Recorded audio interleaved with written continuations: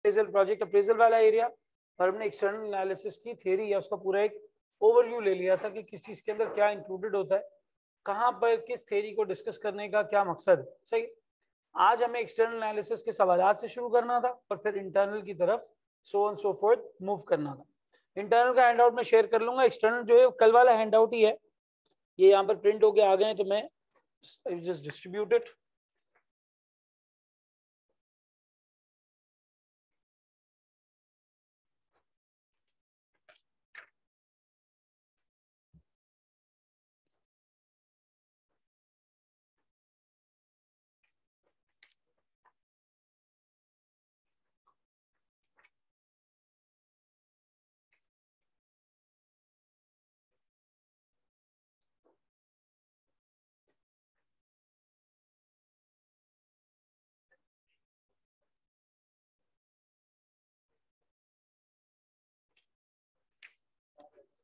पहला सवाल करें, इस हैंडआउट का पहला क्वेश्चन करते हैं। This is basically using pastel analysis. सही है। पेस्टल को इस्तेमाल करते हुए हमारे पास ये है,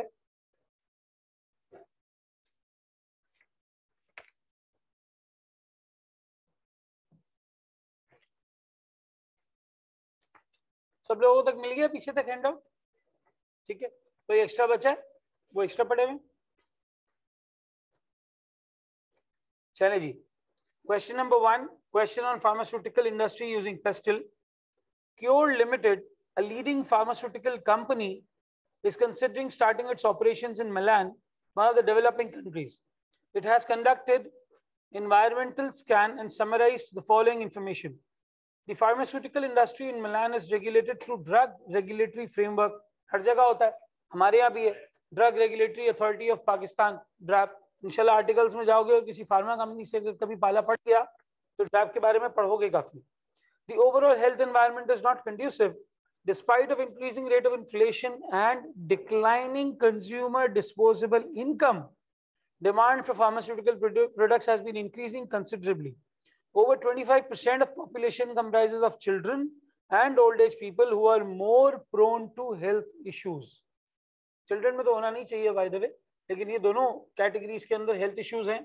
तो रिसेशन होने की वजह से, इकोनॉमिक डाउनटर्न होने की वजह से डिस्पोजेबल इनकम कम होती है, स्पेंडिंग पावर कम होती है, बट स्टिल यहाँ पर फार्मास्यूटिकल्स की डिमांड ज्यादा है, क्योंकि दो कैटेगरीज के अंदर या दो एज ग्रुप्स के अंदर रिलेटिवली ये मसले मसाइल है। ठीक है, ये एसपीएम का एक पास्ट पेपर है, आई गेस दिसंबर 19 का 18 का है। However, थर्ड पैराग्राफ पढ़ रहा हूँ। However, interest in healthy lifestyle is getting popular among youth. The government of Milan has introduced many business-friendly policies, particularly for pharmaceutical industry, by allowing tax holidays as incentive for new investments and granting subsidized interest rate loans to encourage research and development activities. इनकी जो government है ये भी ये health issue से परेशान है, तो ये भी यही कह रहे हैं कि यार अगर कोई फार्मास्यूटिकल इंडस्ट्री लगाता है, यहाँ पे रिसर्च करता है, इस तरह की कोई चीज करता है, तो हम 4-5 साल के लिए उनसे टैक्स नहीं लेंगे, टैक्स हॉलिडे दे देंगे। जब भी आपको किसी इंडस्ट्री को बूस्ट करना होता है तो आप उनको टैक्स हॉलिडे दे देते हैं।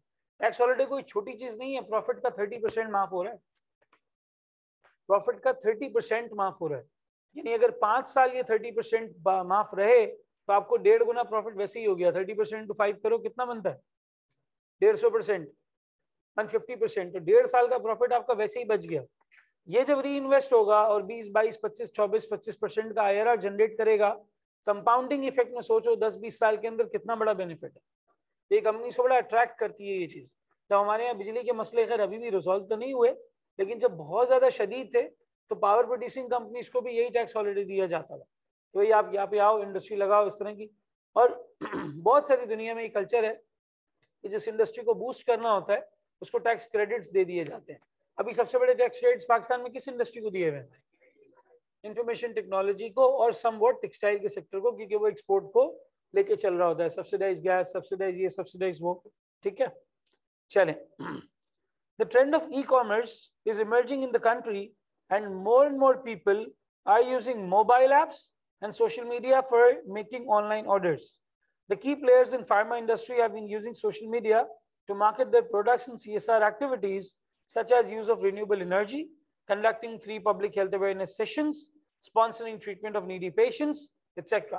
क्या हमारे यहाँ कोई सोशल मीडिया वेबसाइट्स हैं दवाइयों के लिए?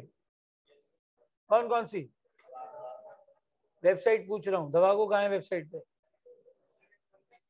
वेब बेस्ड पोर्टल है दवागो का, आप ऑर्डर प्लेस कर सकते हैं। पूछ रहा हूँ मैंने दवाई.pk सुना है आज तक। दवाई.pk और मेरे ख्याल मरहम का भी कोई इस तरह से कोई पोर्टल बना हुआ है अपना। तबीयत.pk, मरहम का भी कोई इस तरह से ऐप बेस्ड पोर्टल बना हुआ है। आप डॉक्टर्स की ऑनलाइन बुकिंग कर सकते हैं, कंसल्टेशन कर सकते हैं। फेसबुक ग्रुप से ये शुरू हुआ था, it has turned into a complete business now. मरहम नाम का ग्रुप कभी आपने सुना उसके बारे में? अभी जरूरत नहीं पड़ी, जिंदगी में बूढ़े बूढ़े होके पड़ जाएगी। आ जाए जी। परफॉर्म में क्या कहता है? Perform PESTEL analysis of pharmaceutical industry in Milan, briefly explain how CL may capitalize on two available opportunities and two existing threats that may impact CL। Part B में किसको टच कर रहा है? वो थोड़ा थोड़ा शॉर्ट को टच कर रहा है, अपॉर्चुनिटीज और थ्रेट्स के पर्सपेक्टिव से। और एक के अंदर कह रहा है पेस्टिल एनालिसिस बताओ। अब कब इस पेस्टिल एनालिसिस के अंदर मुझे कंपनी की कहीं भी इंटरनल चीजों को नहीं छेड़छाड़ करनी है।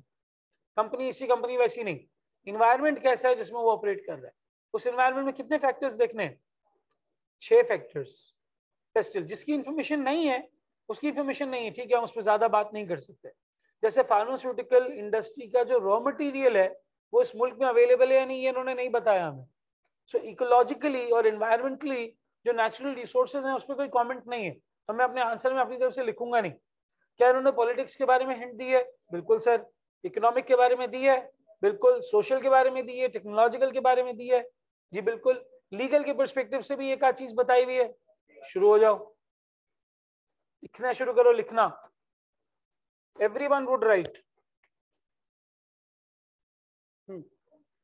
दो ये वो 3 इडियट में नहीं एंड में एग्जाम देते हुए टाइम मांग लिया था, इन्विजिलेटर को लगा हमने उसकी किडनी मांग ली है।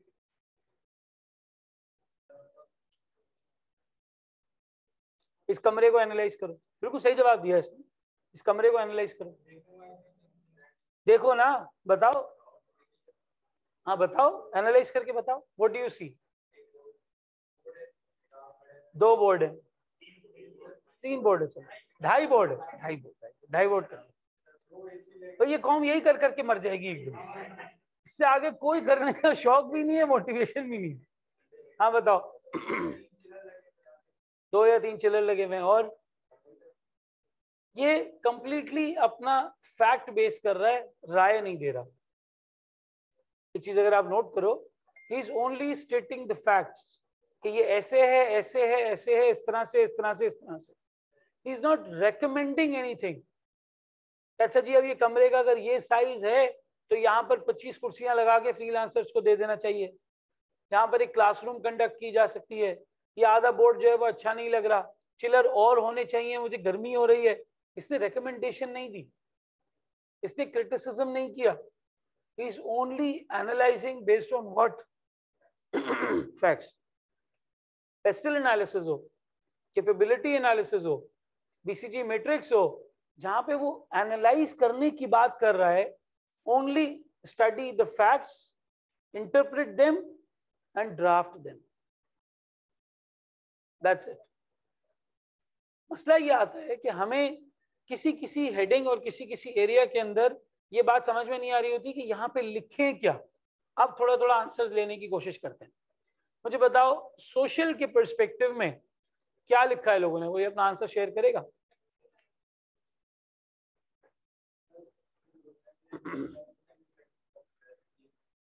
तो तुमने क्या लिखा है? उसने तो बताया है, तुम पढ़ो।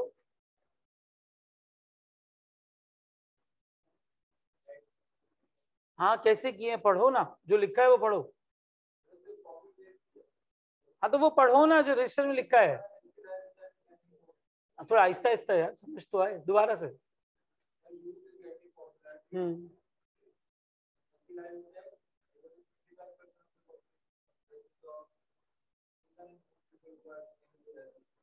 एक तरफ हेल्थ इश्यूज वाली बात है और दूसरी तरफ हेल्दी लाइफस्टाइल में पॉपुलर हो रहा है। सोशल मीडिया का ट्रेंड बढ़ रहा है, किसी ने सोशल के अंदर लिखा? कहीं किसी ने लिखा? टेक्नोलॉजिकल में ये तो ठीक है, टेक्नोलॉजी आ रही है, ऑनलाइन सेल्स वगैरह सारी चीजें टेक्नोलॉजी के पर्सपेक्टिव से आ रही हैं, लोग उसको अडॉप्ट भी तो कर रहे हैं, लोगों की आदत भी तो बन रही है। देखो टेक्नोलॉजी आना एक बात है, आपकी उस पर आदत बनना एक बात है। बहुत सारी टेक्नोलॉजिकल प्रोडक्ट्स आते हैं, लोगों को उनकी आदत नहीं होती, वो उसको रिजेक्ट कर देते हैं, कहते हैं नहीं जी इसकी जरूरत ही नहीं थी कभी, ये क्यों बनाया गया। बहुत सारी इस तरह की इन्वेंशंस, डिस्कवरीज ये फेल होती हैं। टेक्नोलॉजी के पर्सपेक्टिव से ठीक है, सोशल मीडिया का एंगल आ रहा है, रिसर्च का एंगल आ रहा है, ऑनलाइन वाला एंगल आ रहा है, लेकिन सोशल के पर्सपेक्टिव से लोग उसको अडॉप्ट भी कर रहे हैं। लोगों के बिहेवियर में ये चीज आ रही है कि हाँ यार कन्वीनियंट है, ऑनलाइन मंगवा लो, कन्वीनियंट है, घर चीज आके डिलीवर हो जाएगी, आपको कहीं जाना नहीं पड़ेगा, प्राइस ऑनलाइन कंपेयर हो जाएगी, 2-4 स्टोर को कंपेयर कर लेंगे, खरीदने पे पॉइंट्स भी मिलेंगे, डिस्काउंट्स भी मिलेंगे, प्रोमोस भी होंगे, ये सारी चीजें। तो एक तरीके से सोशल बिहेवियर के अंदर रिलेटिवली शिफ्ट आ रहा है। कितने लोगों ने टैक्स इंसेंटिव की चीज पॉलिटिकल में लिखी है? टैक्स इंसेंटिव वाली चीज पॉलिटिकल के अंदर लिखी है। Now tell me what do you understand by the word political perspective festival के अंदर? Ideology of political always talks about policy making, stability of the government, government की स्टेबिलिटी कितनी है, गवर्नमेंट कितना पॉलिटिकल स्टेबिलिटी के साथ चल रही है, कितनी पॉलिसी मेकिंग स्ट्रांग है। अब यहाँ पे क्या पॉइंट बनाया जा सकता था? यहाँ पे ये पॉइंट बनाया जा सकता था पॉलिटिकल के पर्सपेक्टिव में कि भाई the country is a developing country. पहला पैराग्राफ देखो उन्होंने मेंशन किया हुआ, company is a developing country, और sorry country is developing country, और राइट नाउ ये हार्डशिप फेज से गुजर रहे हैं, जिसके अंदर इन्फ्लेशन का भी मसला चल रहा है और डिस्पोजेबल इनकम भी लोगों की कम है। लेकिन फिर भी गवर्नमेंट इस इंडस्ट्री को सपोर्ट करने के लिए अपनी पॉलिसी मेकिंग में स्टेबल नजर आ रही है। अब वो पॉलिसी मेकिंग में तुम कह सकते हो for example tax holidays in the pharmaceutical industry, वहां जो मेन फोकस है, जो थीम है, वो गवर्नमेंट की स्टेबिलिटी और पॉलिसी मेकिंग का होना चाहिए। टैक्स इंसेंटिव तो इटसेल्फ लीगल सिस्टम में भी हाईलाइट हो सकता है। लीगल पर्सपेक्टिव से आप कहो कि भाई ये इनको जो है वो एक रेगुलेटरी फ्रेमवर्क गवर्न करता है, द रेगुलेटेड का वर्ड लिखा हुआ होगा वहां पे, ड्रग रेगुलेटरी अथॉरिटी जो है इनकी रेगुलेटरी अथॉरिटी इसकी बनी हुई है, वो उनको गवर्न करती है फ्रॉम अ लीगल पर्सपेक्टिव। और टैक्स का अगर हम पर्सपेक्टिव देखें तो इनको टैक्स इंसेंटिव्स मिले हुए फॉर द नेक्स्ट 5 years या 10 years, जो भी लिखा हुआ है इतने टाइम पीरियड के लिए, अगर ये फार्मास्यूटिकल इंडस्ट्री में रिसर्च करते हैं। तो टैक्स हॉलिडे का जिक्र पॉलिटिकल में होगा, लेकिन एज अ मेन थीम नहीं, पॉलिसी मेकिंग के शैडो में, कि ठीक है यार एक डेवलपिंग कंट्री है, मसले मसाइल से गुजर रही है, बट स्टिल गवर्नमेंट में इतनी स्टेबिलिटी नजर आ रही है कि वो इस इंडस्ट्री को बूस्ट करने के लिए अच्छी पॉलिसी मेकिंग कर रहे हैं। क्या ये बात समझ में आती है? बात में दोनों, मैं भी टैक्स का वर्ड इस्तेमाल कर रहा हूं, लेकिन मेरा फोकस टैक्स इंसेंटिव समझाना नहीं है, मेरा फोकस इस बात पे जोर देना है कि गवर्नमेंट स्टेबल है, पॉलिसी मेकिंग स्टेबल है, पॉलिसी अच्छे तरीके से बन रही है, इतने बुरे हालात में भी गवर्नमेंट ने इस इंडस्ट्री को छोड़ा नहीं है, एक स्टेबिलिटी गवर्नमेंट की थिंकिंग में नजर आती है। ये पॉइंट यहां पे बताना मकसद है। फिर आप एग्जाम्पल कह सकते हैं जैसे कि टैक्स हॉलीडेज,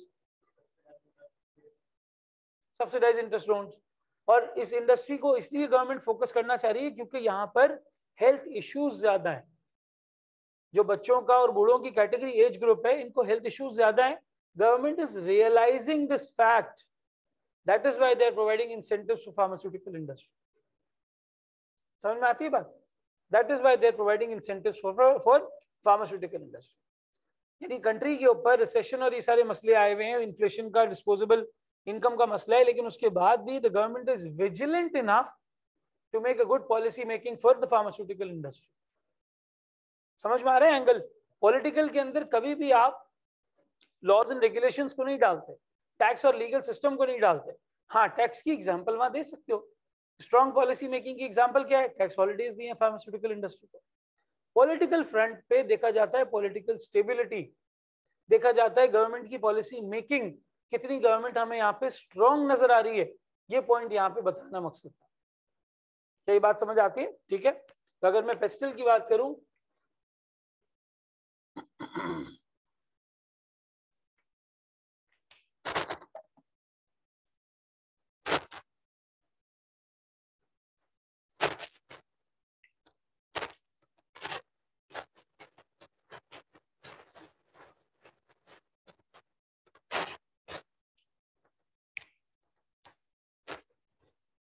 पॉलिटिकल फ्रंट के ऊपर,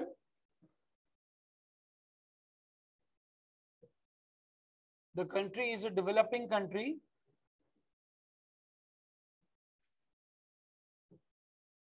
going through hard times, still the government is vigilant enough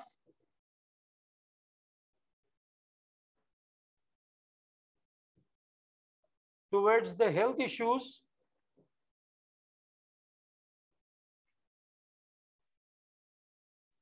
and taking initiatives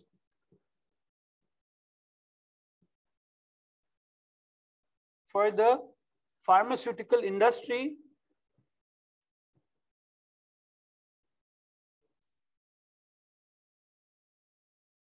and good policy making.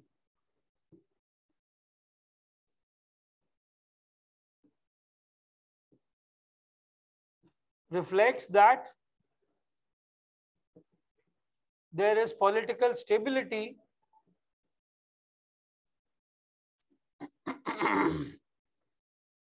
and good governance. Stability है, गुड गवर्नेंस है, गवर्नमेंट इसके ऊपर काम करने की कोशिश कर रही है. हाँ, अब अगर कोई गुड पॉलिसी मेकिंग में या इनिशिएटिव्स में एग्जाम्पल देना चाहता है तो यहाँ पे वो एग्जाम्पल दे सकता है टैक्स हॉलीडेज को. लेकिन इधर मेन पॉइंट टैक्स हॉलीडेज नहीं है. Tax holidays as a main point एक लीगल सिस्टम का पार्ट है कि ठीक है यार आपको टैक्स का इंसेंटिव मिला हुआ है, आप ओवरऑल पर्सपेक्टिव में आपको इससे फायदा होगा.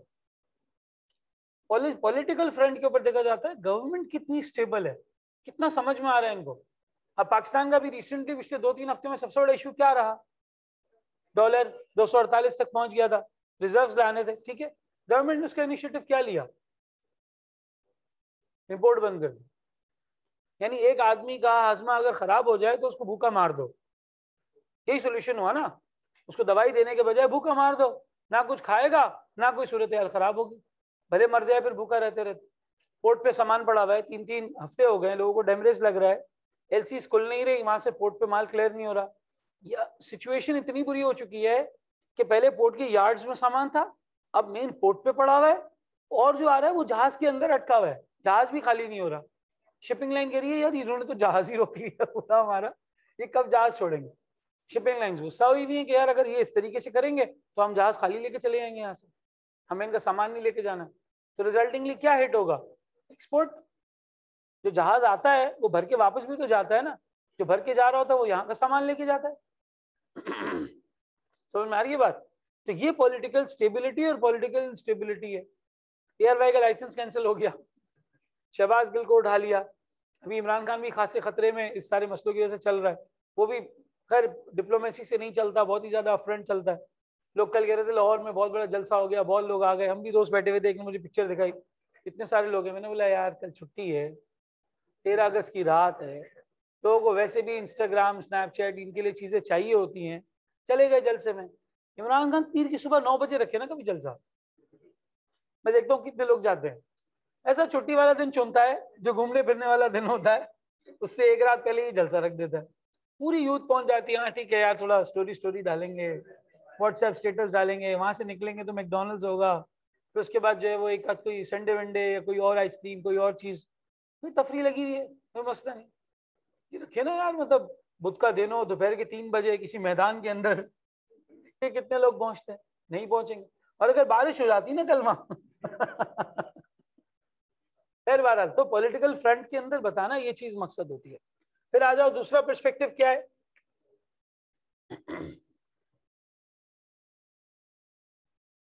दूसरा पर्सपेक्टिव क्या है हमारे पास? इकोनॉमिकल. इकोनॉमिकल में क्या देखा?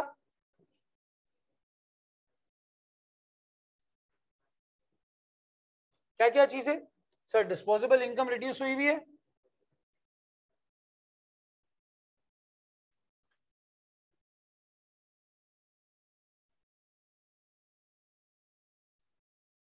इन्फ्लेशन का मसला है, लेकिन डिमांड भी बढ़ रही है.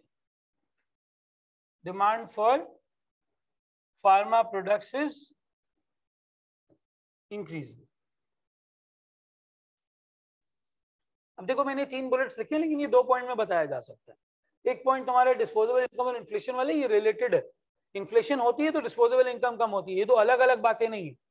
अब यहाँ पे अगर मिसाल के तौर पे कोई इसको अलग अलग पॉइंट लिख के सोचे कि मैंने 2 नंबर कवर कर लिए, तो नहीं, दिस इज वन पॉइंट, ठीक है।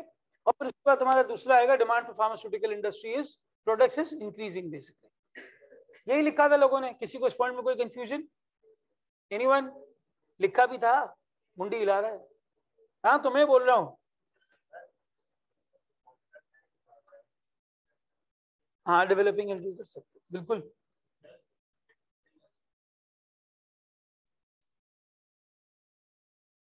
जी क्या कह रहे हो?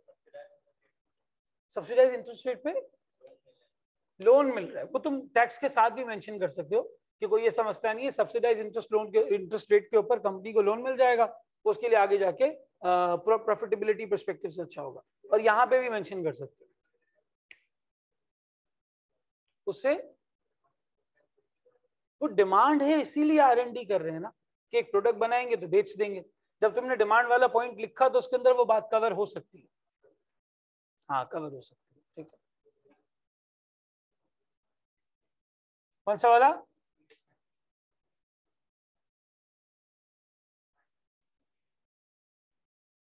ये डिमांड में आ जाएगा ना। 25% ऑफ पॉपुलेशन जो बच्चों और बड़ों बूढ़ों की एज ग्रुप में है, इनको फार्मास्यूटिकल प्रोडक्ट्स की जरूरत पड़ रही है। ये मतलब मैंने इतना सा पॉइंट लिखा है, लेकिन आप तो एक्सप्लेन करोगे ना उसको पूरा, तो वहां पर ये बात आएगी कि भाई ये डिमांड इसलिए बढ़ रही है क्योंकि 25% से ज्यादा पॉपुलेशन इन दो कैटेगरीज में फॉल करती है, जहां पर हेल्थ इश्यूज ज्यादा हैं और इन्हें दवाइयों की ज्यादा जरूरत है। सही, ये आ जाएगी। फिर पॉलिटिकल में बात गवर्नमेंट को फोकस करके करनी है। एग्जाम्पल के साथ आप कह सकते हैं, एग्जाम्पल टैक्स हॉलिडेज या सब्सिडाइज लोन। वहां पे मकसद सब्सिडाइज लोन से मिलने वाला प्रॉफिट बताना नहीं, वो यहाँ पे बताना है आपने कि कंपनी को फाइनेंशियल पर्सपेक्टिव से, इकोनॉमिकल पर्सपेक्टिव से फायदा होगा। अगर पॉलिटिकल को एक वर्ड में डिफाइन करें तो पॉलिसी मेकिंग, गवर्नमेंट की स्टेबिलिटी। इकोनॉमिकल फ्रंट को अगर आप एक वर्ड में डिफाइन करें तो प्रॉफिटेबिलिटी। जितनी भी बातें प्रॉफिटेबिलिटी वाली हैं या प्रॉफिटेबिलिटी में डिक्लाइन वाली हैं, वो यहाँ पर आएंगी। डिमांड इंक्रीज कर रही है, आपके पास जो है वो इंटरेस्ट, सब्सिडाइज इंटरेस्ट रेट के ऊपर लोन है, ये दोनों पॉइंट्स यहाँ पर कवर है। हाँ, मार्केटिंग का एंगल जैसे कि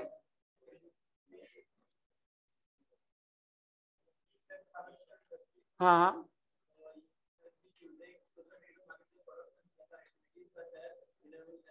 इसका लिंक प्रॉफिटेबिलिटी के साथ कैसे है?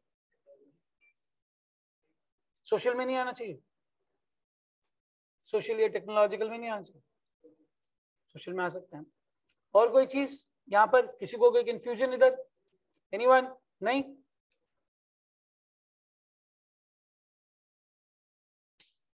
इकोनॉमिकल के बाद हमारे पास अगला एंगल कौन सा है? सोशल। हाँ जी, सोशल में क्या लिखा सर? यूथ में हेल्दी लाइफस्टाइल का ट्रेंड आपके पास इंक्रीज कर है, ठीक है। और जो इनका बिहेवियर है,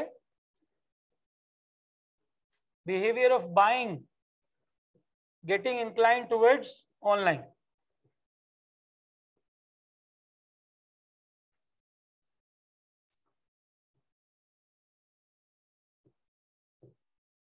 ऑनलाइन की तरफ उनका इंक्लिनेशन जा रहा है। फिर उसके बाद हेल्थ अवेयरनेस सेशंस हो रहे हैं,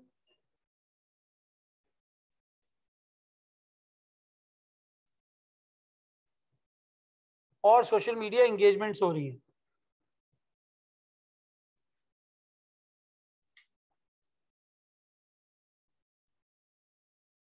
ठीक है जी, समझ आती है बात सोशल में? सोशल को अगर मैं एक वर्ड में डिफाइन करूं तो it means the behaviour, behaviour of the consumer, behaviour of the general public, behaviour of your customer, ये सारा सोशल के पर्सपेक्टिव में आता है। अब उसके बिहेवियर के अराउंड जो भी चीजें, CSR एक्टिविटी।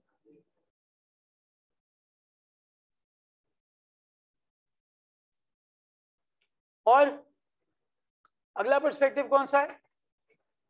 टेक्नोलॉजिकल। टेक्नोलॉजिकल के अंदर क्या पर्सपेक्टिव आएगा? E commerce platforms for online sales of pharma products।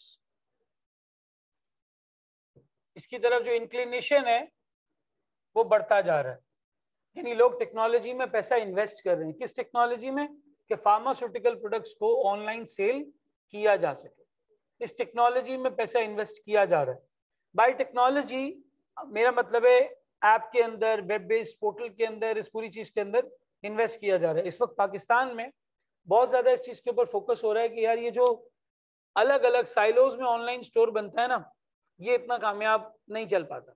जैसे फूड पांडा एक प्लेटफॉर्म पे सारे रेस्टोरेंट्स को ले आया, उसने रेस्टोरेंट्स को सपोर्ट किया रादर देन उनका बिजनेस खाने के, सपोर्ट किया ना, सबको अपनी एक ऐप के ऊपर लेके आया। मुमकिन था वो अपना किचन खोल लेता, कहता जी हम अपना सामान ऑनलाइन बेचेंगे, तो सारे लोगों को ले आया, उसने इकोसिस्टम क्रिएट कर दिया। खाना बनाने वाले को कस्टमर मिल रहा है, कस्टमर को खाना मिल रहा है, इकोसिस्टम बना दिया।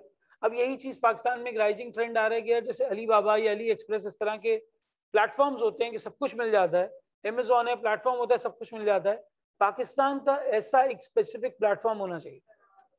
दराज तो बहुत सारी चीजों को कैटर कर रहे हैं ना, मुझे फॉर एग्जांपल सिर्फ और सिर्फ स्पोर्ट्स गुड्स देखने हैं, तो कोई एक ऐसा प्लेटफॉर्म जो बेहतरीन किस्म के स्पोर्ट्स गुड्स प्रोवाइड करे। दराज तो हर चीज में घुसा हुआ है ना, फोकस तो समझ आ नहीं रहा किस चीज पे कर रहा है, दिख कुछ रहा है भेज कुछ रहे हैं। मैंने लैपटॉप का स्टैंड ऑर्डर किया था, मेरी एक ये दुख भरी कहानी, हाँ मैंने बताया था ना क्लास में, आज तक मुझे दुख है उसका, घर पे रखा हुआ है वो स्टैंड। नहीं, उन्होंने बेचारों ने मुझे वो दिया, वाउचर दिया 800 रुपए का रिटर्न का, लेके मैंने कहा यार ये अगर जाएगा, वो जो सप्लायर है बेचारा उसके साथ बुरा हो जाएगा, तो मैंने उसको रिव्यू मैसेज तो छोड़ दिया कि यार आपने ये ज्यादती करी है, दिखाया कुछ है भेजा कुछ है, लेकिन मैंने फिर उसकी रेटिंग वेटिंग वहां पे नहीं खराब की। यार जो भी है, मुझे पता है ना दराज से बहुत सारे लोगों का घर चलता है, बहुत लोग, तो कभी उल्टा सीधा कोई प्रोडक्ट आ जाए टेंशन नहीं लिया करो, 500-1000 रुपये से फर्क नहीं पड़ता, लेकिन दुख होता है बाद में। ये टेक्नोलॉजिकल पर्सपेक्टिव में आ जाएगा। फिर क्या है हमारे पास अगला एंगल, इन्वायरमेंटल। भूल गए? इन्वायरमेंटल पे सिर्फ एक लाइन दी है इन्होंने सिर्फ,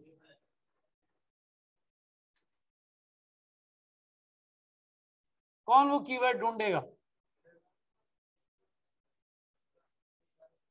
इन्वायरमेंटल के लिए एक लाइन दी हुई है, राइट राइट। एक और भी चीज है,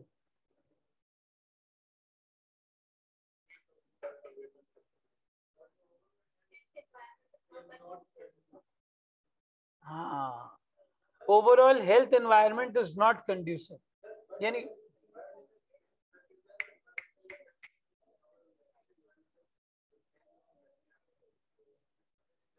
उसने रिक्वायरमेंट में ये बोला कि पेस्टल में एनवायरमेंटल को काट देना क्योंकि स्कैन हो गया, उसने तो पूरा एनालिसिस मांगा है ना तुमसे। उन्होंने स्कैन किया तो उनको पता चला भाई यहाँ के आबो हवा के अंदर जो है वो बीमारियां फैली हुई हैं। यही मतलब है ना, हेल्थ एनवायरनमेंट कंड्यूसिव नहीं है, इसका क्या मतलब है? यही मतलब है, यही मतलब है। आपके घर में कौन, कोई किसी के रिश्तेदार हैं जो ओवरसीज रहते हैं, यहाँ आते हैं, अपना पानी आपके घर का पीते हैं, नेस्ले का पीते हैं, अगर नेस्ले है तो पियेंगे, उसमें भी बेचारों को रिएक्शन हो जाता है, उसमें भी हो जाता है। हाँ नहीं, यहाँ की कोक और वैसे उसमें भी फर्क है। तुम खाली केएफसी का चिकन महसूस कर लो, इधर जो हमारे पास केएफसी में चिकन मिलता है और बाहर मिलता है, ऐसा लगेगा तो खोता देते हैं, बहुत फर्क है। हाँ हलाल तो बाहर भी होता है, ऐसा नहीं है, हलाल रास्ते होते हैं, लेकिन एक एनवायरनमेंट की बात, एनवायरनमेंट कितना कंड्यूसिव है। पाकिस्तान में, चलो मोर स्पेसिफिक, कराची में सबसे ज्यादा आदमी को क्या चीज मारती है? खाना नहीं, ट्रैफिक। 24 घंटे में से 2-2.5 घंटे अगर आप रोड पे पक गए ना, तो आपकी प्रोडक्टिविटी तो गई। भाई देखो, एनर्जी की जो एग्जांपल है ना, एनर्जी, एनर्जी बर्फ की तरह होती है, तुम कंज्यूम करो या ना करो कंज्यूम हो जाएगी, पिघल जाएगी। एक आदमी कुछ भी नहीं करता ना, पूरा दिन बैठा रहता है नेटफ्लिक्स के आगे, उसको भी नींद आएगी रात को, उसको भी भूख लगेगी। तो ज्यादा वो कंटेंट का असर होता है।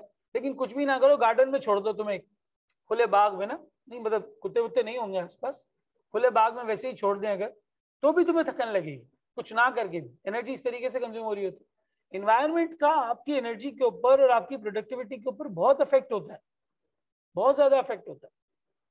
कराची में तुम किसी स्पोर्ट्समैन को रख दो, वो अगर यहाँ की आबो हवा में घूमने लगा, बेचारा कोई स्पोर्ट्स नहीं जीत पाएगा, कोई स्पोर्ट्स नहीं जीत पाएगा। ऐसी कंडीशन है यहाँ की, और इस तरह की एयर क्वालिटी है, to be very specific, air quality है।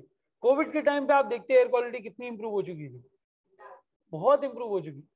बाकायदा वाज़ेह तौर पे नजर आता था कि यार ये लग नहीं रहा कि आप कराची का सारा एनवायरनमेंट जो है वो देख रहे हैं। मैं तो कोशिश करके लॉकडाउन में भी थोड़ा बाहर निकल जाया करता था कि ठीक है यार कोई पकड़ेगा देखेंगे, घर में नहीं बैठा जा सकता। सोचे आप घर वालों के साथ 6 महीने वो भी 8-8 10-10 घंटे घर के अंदर। चलें जी, तो ये हेल्थ एनवायरनमेंट इनका कंड्यूसिव नहीं है। Environment is not conducive. एक तरीके से देखा जाए तो फार्मास्यूटिकल इंडस्ट्री के लिए तो अच्छा है, अगर कंड्यूसिव नहीं है तो उनकी दवाई बिकेगी। लेकिन देखो ये वो वाली बात है कि मुर्गी देने वाले अंडे को अपने हाथ से मार दो। अगर हेल्थ एनवायरनमेंट कंड्यूसिव नहीं है और फार्मास्यूटिकल इसके लिए कुछ कर नहीं रही है, तो एक वक्त आएगा लोग बचेंगे ही नहीं कुछ देने के लिए। तो वो बीमार हो, हल्के फुल्के हो, लेकिन कारवां चलता रहे। इतना बुरा हाल ना हो जाए कि गए काम से ही गए, या तो मुल्क छोड़ दिया या बंदा ही नहीं बचा। ठीक है ना, फिर रिजल्ट बहुत ही ज्यादा इवेंचुअली आके बुरा हो जाता है। एक वक्त आता आदमी कहता है यार सब आसपास बीमार है, नहीं देने पैसे, कि डॉक्टर लोग ही चोर हैं, कि दवाई वाले ही चोर हैं, एक परसेप्शन आ जाता है। तो सस्टेनेबिलिटी का जो फैक्टर है वो ये कहता है कि यार अगर कंड्यूसिव नहीं भी है एनवायरनमेंट, तो आपको उसके अपलिफ्टमेंट की तरफ काम करना है, थोड़ा सा अवेयरनेस की तरफ जो है वो काम करना है। अब देखो डेंटिस्ट को लोग तब तक पैसे दे रहे हैं जब तक उनके दांत खराब है, दूसरों के सही है। जब सबके खराब हो जाएंगे किसी ने डेंटिस्ट को पैसे नहीं देने। वो वाली बात है सस्टेनेबिलिटी की, सही। और फिर आप यहाँ पे अपना रिन्यूएबल वाला पॉइंट भी लिख सकते हैं। आखिरी क्या रह गया, लीगल सिस्टम। लीगल के लिए कौन से 2 कीवर्ड दिए हुए? एक तो सर रेगुलेटेड बाय, क्या नाम है उसका पूरा, drug regulatory framework, regulated by drug regulatory framework। और फिर आपके पास टैक्स सिस्टम के अंदर इंसेंटिव्स। इसको यहां आप मेन पॉइंट बना के दें तो ये समझता नहीं है। और जो टैक्स इंटेंसिव्स हैं वो आपकी टेक्निकली प्रॉफिट में इजाफा करेंगे, तो वो इकोनॉमिकल के अंदर भी आ सकता है। एक तो देखो यहाँ पे मकसद लॉ बताना है। टैक्स के सिस्टम का एक लॉ है कि आपको इंसेंटिव दिया जाएगा, आपको टैक्स हॉलिडे दिया जाएगा, इससे प्रॉफिटेबिलिटी क्रिएट होगी। ये पॉइंट यहां पर ऐड हुआ। ये गवर्नमेंट की अच्छी पॉलिसी मेकिंग है, यहां पर ऐड हुआ। देखने का नजरिया उसका डिफरेंट है। यहां बताना मकसद टैक्स हॉलिडे नहीं है। यहां पे मैंने जो जो निशानदेही की है, जो आइडेंटिफाई किया है, वो गवर्नमेंट की गुड गवर्नेंस है, गुड पॉलिसी मेकिंग है। उसकी एक एग्जाम्पल है कि उन्होंने टैक्स हॉलिडे और कंसेशनल लोन्स दिए हैं। इसको कंसेशनल लोन या सब्सिडाइज लोन कहते हैं। समझ में आती है बात? इस तरीके से इसको पूरा हमें यहाँ पे एनालाइज करना था। अब ये छोटे छोटे बुलेट्स हैं, इनको बेहतर पैराग्राफ में, अच्छा फिर मसला क्या होता है, पॉइंट तो जहन में आ जाता है लेकिन हम उसको पेपर पे वैसे एक्सप्रेस नहीं कर पाते। क्यों नहीं कर पाते? क्योंकि हम इस काम के आदी नहीं होते। अब देखो नंबर्स के केस में ब्लैक और व्हाइट है ना, या बैलेंस शीट टाई होगी या नहीं होगी, या तुम्हारी प्रेजेंट वैल्यू सही आएगी या नहीं आएगी, या आईआरआर सही निकलेगा या नहीं निकलेगा। ये है थोड़ा सा ग्रे मैटर। 5 और 2 कर लो, पहला पार्ट 5 नंबर 7 नंबर के लिए कर लो। मैंने तो आइडियल आंसर लिखा है, तो मार्क्स के हिसाब से जवाब दो। अगर ये 15 नंबर का पार्ट होता ना, ये सब लिखते, सारा कुछ लिखते। ओरिजिनली ये पेपर के अंदर 15 नंबर का ही था, लेकिन चूंकि यहाँ पे हमारा टाइम कम था तो मैंने कहा 5 मार्क्स के हिसाब से सॉल्व करो, एक एक पैराग्राफ लिखो just to have an idea. ये आइडियल आंसर, सारे पॉइंट इसमें कवर्ड है। अगर 15-17 नंबर के लिए पार्ट होता तो मैं ये सब लिखता, एवरीथिंग। सही है, समझ आती है बात? और कोई सवाल किसी का यहाँ पे? किसके लिए वर्ड? इन्वायरमेंट के लिए तुम्हारी बेसिक इकोलॉजी जिसके अंदर तुम चल रहे हो, नेचुरल इकोलॉजी जिसके अंदर ये एनवायरनमेंट पूरा ऑपरेट कर रहा है। देखो एनवायरनमेंट के अंदर सिर्फ नेचुरल रिसोर्सेज नहीं आते, उसमें फिर तुम्हारा सोशल का पर्सपेक्टिव, टेक्नोलॉजी, लीगल, ये सब आ जाता है। ये सब एनवायरनमेंट के अंदर शामिल है। बिजनेस के लिए ये पूरा एनवायरनमेंट है, उसकी सराउंडिंग है। लेकिन उसमें से जो इन्वायरमेंटल पर्सपेक्टिव ये वाला है, उसका मतलब बेसिक इकोलॉजी है, द नेचुरल हैबिटाट है बेसिकली। किसका केस है? टॉक्सिक, ठीक है। हाँ,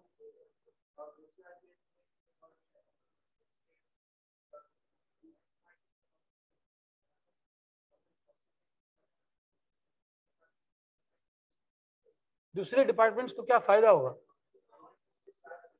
हाँ,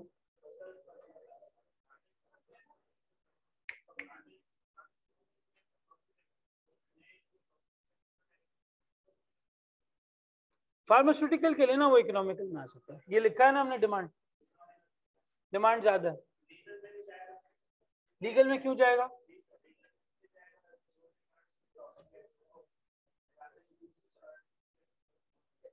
इससे लॉ का क्या लेना देना है? लीगल सिस्टम का मतलब होता है कॉर्पोरेट और टैक्स का निजाम। तुम्हारा कंपनी लॉ, टैक्स का लॉ लीगल सिस्टम में आता है।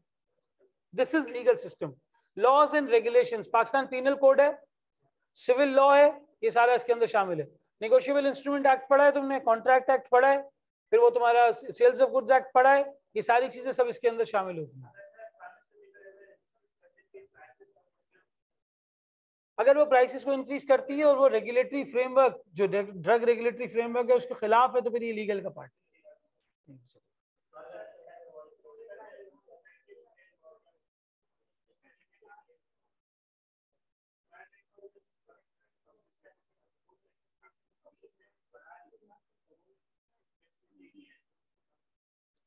टॉक्सिक गैसेस बढ़ा रही तो इन्वायरमेंट पे फर्क पड़ रहा है, वो इन्वायरमेंटल के अंदर है।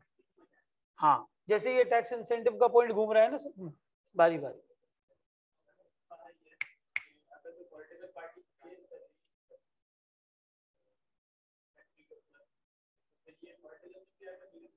पॉलिसी मेकिंग के पर्सपेक्टिव से अगर गवर्नमेंट इसके खिलाफ खड़ी हुई है तो तुम पॉलिटिकल में बताओ कि यार गवर्नमेंट इसके अगेंस्ट है, गवर्नमेंट इस बात के अगेंस्ट है कि इस तरह की कोई टॉक्सिक गैसेस या इस तरह की कोई और चीज एनवायरनमेंट में स्प्रेड नहीं होनी चाहिए। वो तुम गवर्नमेंट की पॉलिसी मेकिंग के पर्सपेक्टिव से बताओ। अगर वो बताते हैं कि भाई इलेक्शंस का कोई पुरसान हाल नहीं है, गवर्नमेंट में स्टेबिलिटी नहीं है, तो वो पॉलिटिकल के अंदर आएगा। गवर्नमेंट की पॉलिसी मेकिंग गवर्नेंस अच्छी है या अच्छी नहीं है, तो वो पॉलिटिकल फ्रंट के अंदर आएगा। इस तरह से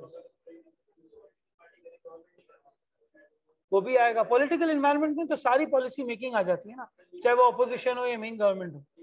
लीगल में दो चीजें आती हैं, the law, the tax law and the corporate law, ये लीगल में आता है। तुम्हारी रूल्स एंड रेगुलेशंस कैसे बने हुए हैं, कंपनीज गवर्न कैसे हो रही है, ये लीगल के अंदर आता है।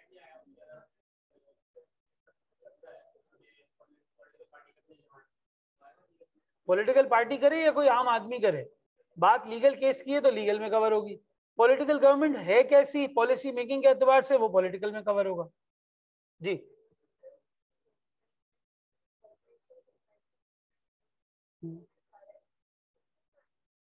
डिमांड के पर्सपेक्टिव से यहां पर आना चाहिए। सोशल के पर्सपेक्टिव से आप कह सकते हैं कि हाँ उनमें बीमारियों का रुझान ज्यादा है, उस तरह से सोशल में कवर हो जाएगा।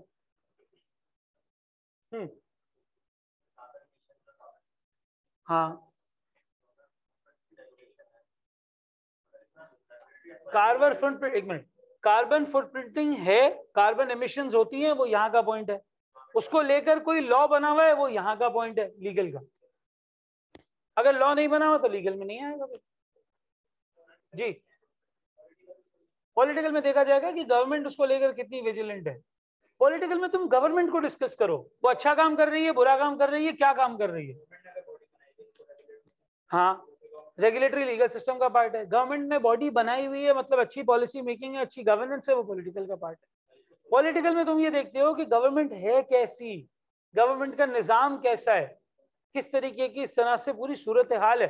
अब मुझे एक बात बताओ, आप में से किसी को, बड़ी एक छोटी सी सिंपल सी एग्जांपल देता हूँ, आप में से किसी को आज सऊदी अरेबिया के अंदर एक रेस्टोरेंट खोलने के बारे में मैं कहूँ तो उसके पॉलिटिकल फैक्टर को कैसे एनालाइज करोगे? बादशाही निजाम है, सबसे पहला पॉइंट तो ये बादशाही निजाम। गवर्नमेंट के मेजर स्टेक्स हैं बड़ी बड़ी कंपनीज के अंदर, ज्यादातर जो कंपनीज है वहां पे वो कौन ओन करता है? गवर्नमेंट ओन करती है, स्टेट ओन करती है सारी चीजों में। और कोई ऐसा जिस तरह से डेमोक्रेटिक या इस तरीके का कोई इन्वायरमेंट नहीं बना हो, सारी पॉलिसी मेकिंग उस बादशाही निजाम के हाथ में है। उन्होंने जो बोल दिया वो हो गया, चाहे वो सही हो या वो गलत हो, दुनिया में उसको कहीं भी तुम चैलेंज नहीं कर सकते। ये मोहम्मद बिन सलमान ने 2016 या 17 में किसी जर्नलिस्ट को मारा था, पता नहीं, इराकी जर्नलिस्ट था मेरा ख्याल है। जब उसको पूछा गया तो उसने बोला, भाई मैंने हिस्ट्री में सबसे कम जर्नलिस्ट मारे हैं, मुझसे पीछे वालों को तो देखो कितने लटका गए वो, मैंने तो बहुत थोड़े मारे हैं। मेरी तो अच्छी बात है ये। कि मैंने उनके ट्रेंड को कंटिन्यू नहीं किया, एटलीस्ट उसमें मैं डिक्लाइन लेके आ गया। ये पॉलिटिकल माइंडसेट है वहां पर। और अगर लीगल सिस्टम की बात करूं तो वहां पे एक लॉ है, कोई सऊदी नेशनल आपका पार्टनर होना चाहिए। ये लीगल पर्सपेक्टिव है, वहां का लॉ इस तरीके से बना हुआ है, इसके बगैर आप वहां काम नहीं कर सकते। इकोनॉमिकल पर्सपेक्टिव से बात करो तो वारे न्यारे, तेल ही तेल है, डॉलर उसका तो मसला ही नहीं है। जो रियाल है आपका वो पेग हुआ है डॉलर के साथ, कुछ भी हो जाए डॉलर के साथ 3.75 रियाल इज $1। दुनिया में किसी को तेल खरीदना है बेचना है वो डॉलर के थ्रू कर सकता है, उसके अलावा नहीं कर सकता। अग्रीमेंट पेग हुआ है ओपेक कंट्रीज के साथ, डॉलर के अगेंस्ट ही वो तेल बेचेंगे वरना नहीं बेचेंगे। अब ये जो लॉ बना हुआ है कि सऊदी नेशनल साथ होना चाहिए, ये लीगल का पर्सपेक्टिव है। ये जो बादशाही निजाम है और गवर्नमेंट के आगे कोई कुछ बोल नहीं सकता, वहां पे उनकी गवर्नेंस इस तरह की है, ये पॉलिटिकल पर्सपेक्टिव है। ये जो तेल निकलता है और उनकी करेंसी स्ट्रांग है, इन्फ्लेशन के मसले नहीं है वहां पे, ये इकोनॉमिकल पर्सपेक्टिव है। वहां के लोगों में अब आहिस्ता आहिस्ता टेक्नोलॉजी को अडॉप्ट करना और ये सारी चीजों को आगे लेके जाना, टूरिज्म वगैरह, ये बढ़ता जा रहा है। ये तुम्हारा टेक्नोलॉजिकल और सोशल पर्सपेक्टिव है। वो वहां पे टेक में बहुत पैसा लगा रहे हैं। जो नियोम नाम की सिटी बन रही है वो क्यों बन रही है, किसी को पता है? ख्वाब में आया कि जो है वो इमारत बनानी है। 41 साल का तेल रह गया सर। 41 साल के बाद क्या करेंगे? दोबारा से 1930 वाले दौर में जाएंगे? आप 1913, 1920, 1930 उठा के देखो सऊदी अरेबिया में क्या था, कुछ भी नहीं, ओनली हज उम्रा बस। हज और उम्रे के लिए लोग आते थे और बाकी एरिया के अंदर बहुत गुर्बत थी उस वक्त। यहाँ 1930-35 में ऑयल डिस्कवर हुआ है, वर्ल्ड वॉर 2 खत्म हुई है, वर्ल्ड वॉर 2 के बाद यूएस ने अपनी कंपनीज भेजी हैं, ऑयल एक्सट्रैक्शन शुरू हुई है, उसके बाद से नक्शा ही पलट गया। कभी गूगल पे जाना 1980 दुबई वर्सेस 2020, 2 पिक्चर बनी हुई आएंगी, बिल्कुल वही रोड जहां आज बुर्ज खलीफा, बुर्ज अल अरब बने हुए, उनके जरा नक्शे देखो, शक्ल देखो उनकी, यकीन नहीं आएगा ये दुबई है, रेगिस्तान। लेकिन दुबई का भी अब जो टोटल रेवेन्यू है वो 1% आता है ऑयल से बस, बाकी 99% टूरिज्म से आता है। मेरा ख्याल है जितने जुर्माने मारते हैं ना, वो फाइन्स मारते हैं, वो ऑयल के रेवेन्यू से ज्यादा होगा लिटरली। दुबई में अगर किसी को काम करना, तुम्हें बताए गंदी गाड़ी पे 400 दिरहम का फाइन है। हम तो मुंह नहीं धोते, वो बोलते हैं गाड़ी साफ लेके निकलो घर से, मुंह तो दूर की बात है। आप अपनी बैल्कनी में जहाँ पे मना है वहां कपड़े नहीं सुखा सकते। अब बेचारा कोई पाकिस्तानी पहुंच जाए, छोटा सा एक तो कमरा लेगा वो, क्योंकि जहां जगह मिली बाहर नहीं सुखा सकते आप। तो नीचे से फॉरेनर गुजरा देगा, ऊपर कपड़े लटक रहे हैं, तो उसमें से पानी भी टपक रहा होगा। अलाउड ही नहीं है वहां पे, बगैर जेब्रा क्रॉसिंग के रोड नहीं क्रॉस कर सकते। ये उनका लीगल सिस्टम है, उनका लीगल सिस्टम है। पॉलिटिकल पर्सपेक्टिव से दुबई की पॉलिसी मेकिंग अभी भी सऊदी से बेहतर है। सऊदी में वो, दुबई में वो राज नहीं है जो सऊदी के अंदर है।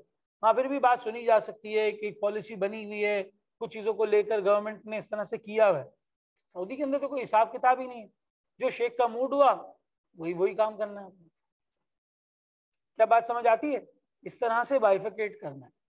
यही चीज अगर मैं यूएस में करूं तो फिर वहां तो ह्यूमन राइट्स, तुम्हारे राइट्स, मेरे राइट्स, यूएस के राइट्स, पता नहीं कौन कौन से राइट आ जाते हैं। पहले आदमी राइट समझता है, उसके बाद काम समझता है कि वहां पे करना कैसे। उधर पॉलिटिकल पर्सपेक्टिव बिल्कुल डिफरेंट है, वो डेमोक्रेसी और इस तरह की सारी चीजों पे चलते हैं। लीगल सिस्टम बहुत स्ट्रांग है, कौन कौन सी चीज के पता नहीं रेगुलेशंस वहां पे बनी हुई है, हर तरह का लॉ डिफाइन हुआ है। फिर आप आराम से घुस भी नहीं सकते, 1.5 साल का तो पहले इंटरव्यू का टाइम मिलेगा, एम्बेसी का साल सवा साल का। जितनी इन्वेस्टमेंट ज्यादा हो, बहुत इन्वेस्टमेंट तो 2 दिन में भी मिल जाएगा, डिपेंड करता है आप कितना बड़ा प्रोजेक्ट लगा रहे हैं। So this is from the PESTEL front. बात समझ आती है? Everyone gets it? Question number 3 पे आ जाओ।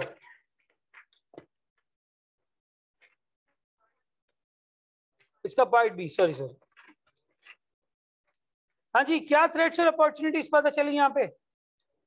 चला इधर ले आओ। हमेशा याद रखना थ्रेट में से ही अपॉर्चुनिटी निकलती है, कल बताया था। बताएं जी, क्या थ्रेट समझ आता है यहाँ पे? की प्लेयर्स जो है वो CSR वगैरह कर रहे हैं, और हेल्दी लाइफस्टाइल आहिस्ता आहिस्ता ऊपर आ रहा है। सर एक तो हमारे पास हेल्दी लाइफस्टाइल वाली बात है, ठीक है। दूसरा सर, अगर ये इन्फ्लेशन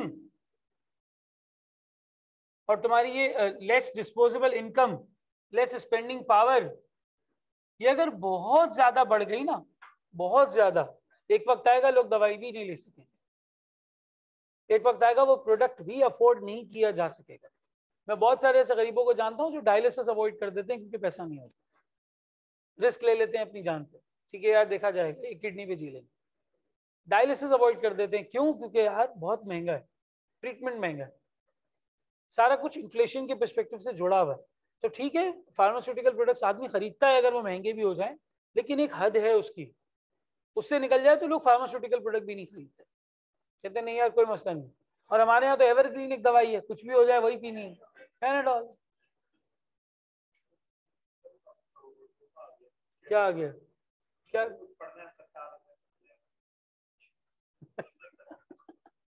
हेल्दी लाइफस्टाइल है, इन्फ्लेशन है, लेस स्पेंडिंग पावर है, फिर उसके बाद जो आपके कंपेटिटर्स हैं ये काफी कैंपेनिंग कर रहे हैं, एक्टिव हो चुके हैं।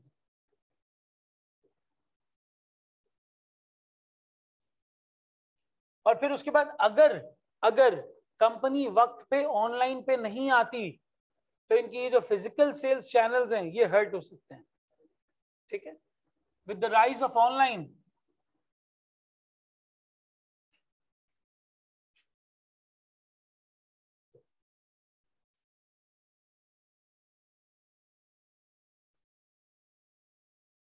द फिजिकल चैनल्स में गेट हर्ट, फिजिकल चैनल्स आपकी काफी हद तक जो है वो हर्ट हो सकते हैं अगर ऑनलाइन वक्त पर ऊपर आ गया और आपने उसके साथ कॉम्पीट नहीं किया, आपकी प्रेजेंस अगर वहां पर नहीं बनी तो ये आपको आउटवे करके रिलेटिवली चले जाएंगे।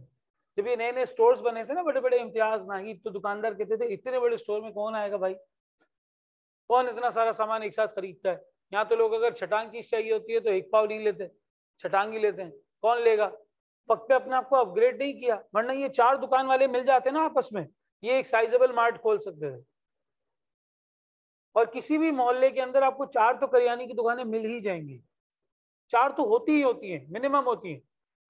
7-8 पान वाले होते हैं हमारे यहाँ, उसकी डिमांड ज्यादा है, बाकी 3-4 करियाने की दुकानें होंगी और कोई 1-2 दूध वाले होते हैं मशहूर, ये मोहल्ले का स्ट्रक्चर है। फिर एक कोई इलेक्ट्रिशियन बैठा होगा, एक कोई नाई बैठा होगा, एक कोई दर्जी बैठा होगा, ये छोटा सा मोहल्ला पूरा हो गया। अब ये 3-4 करियाने वाले अगर मिल जाते ना वक्त पे तो ये एक साइजेबल मार्ट खोल सकते थे, एक रीजनेबल मार्ट। क्या छोटा मोटा आप शॉपिंग वॉपिंग करनी है वो सारा सामान वहाँ पे। इम्तियाज और नाहिद और इनको सबसे बड़ा एज ये है कि आदमी को जिस चीज की जरूरत नहीं भी होती है ना वो भी लेके जाते, वो भी लेके जाते। हमारे घर में जब नया नया ट्रेंड शुरू हुआ था ना ये डिपार्टमेंटल स्टोर जाने का, तो अब्बा एक्सक्लूसिवली साथ जाते थे कि यार ये पता नहीं क्या क्या उठा के ले आएंगे। होता है ना, कैश देना तो नहीं होता, दिखता तो नहीं है पैसे गए कितने, जी कार्ड स्वाइप करना है, पता नहीं चलता आदमी ने कितने का कार्ड स्वाइप कर दिया या कितनी चीजें वो कर ली। अब कैश अगर बैग में कम पड़ जाए तो आदमी 2-4 आइटम रखवा देता है, कार्ड में कौन रखवाता है। अच्छा अब बस आज जाते थे शुरू में, एक वक्त आया उनकी हिम्मत टूट गई, यार रुकते ही नहीं है, सुनते ही नहीं है। चले जी, ये थ्रेट्स हैं हमारे पास, इसके लिए अपॉर्चुनिटीज क्या क्या है, हम क्या क्या कर सकते हैं।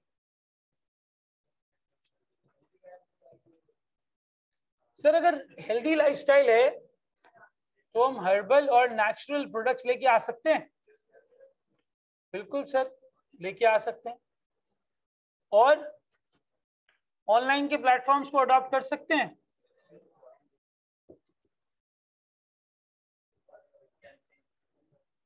हम भी कैंपेनिंग कर सकते हैं,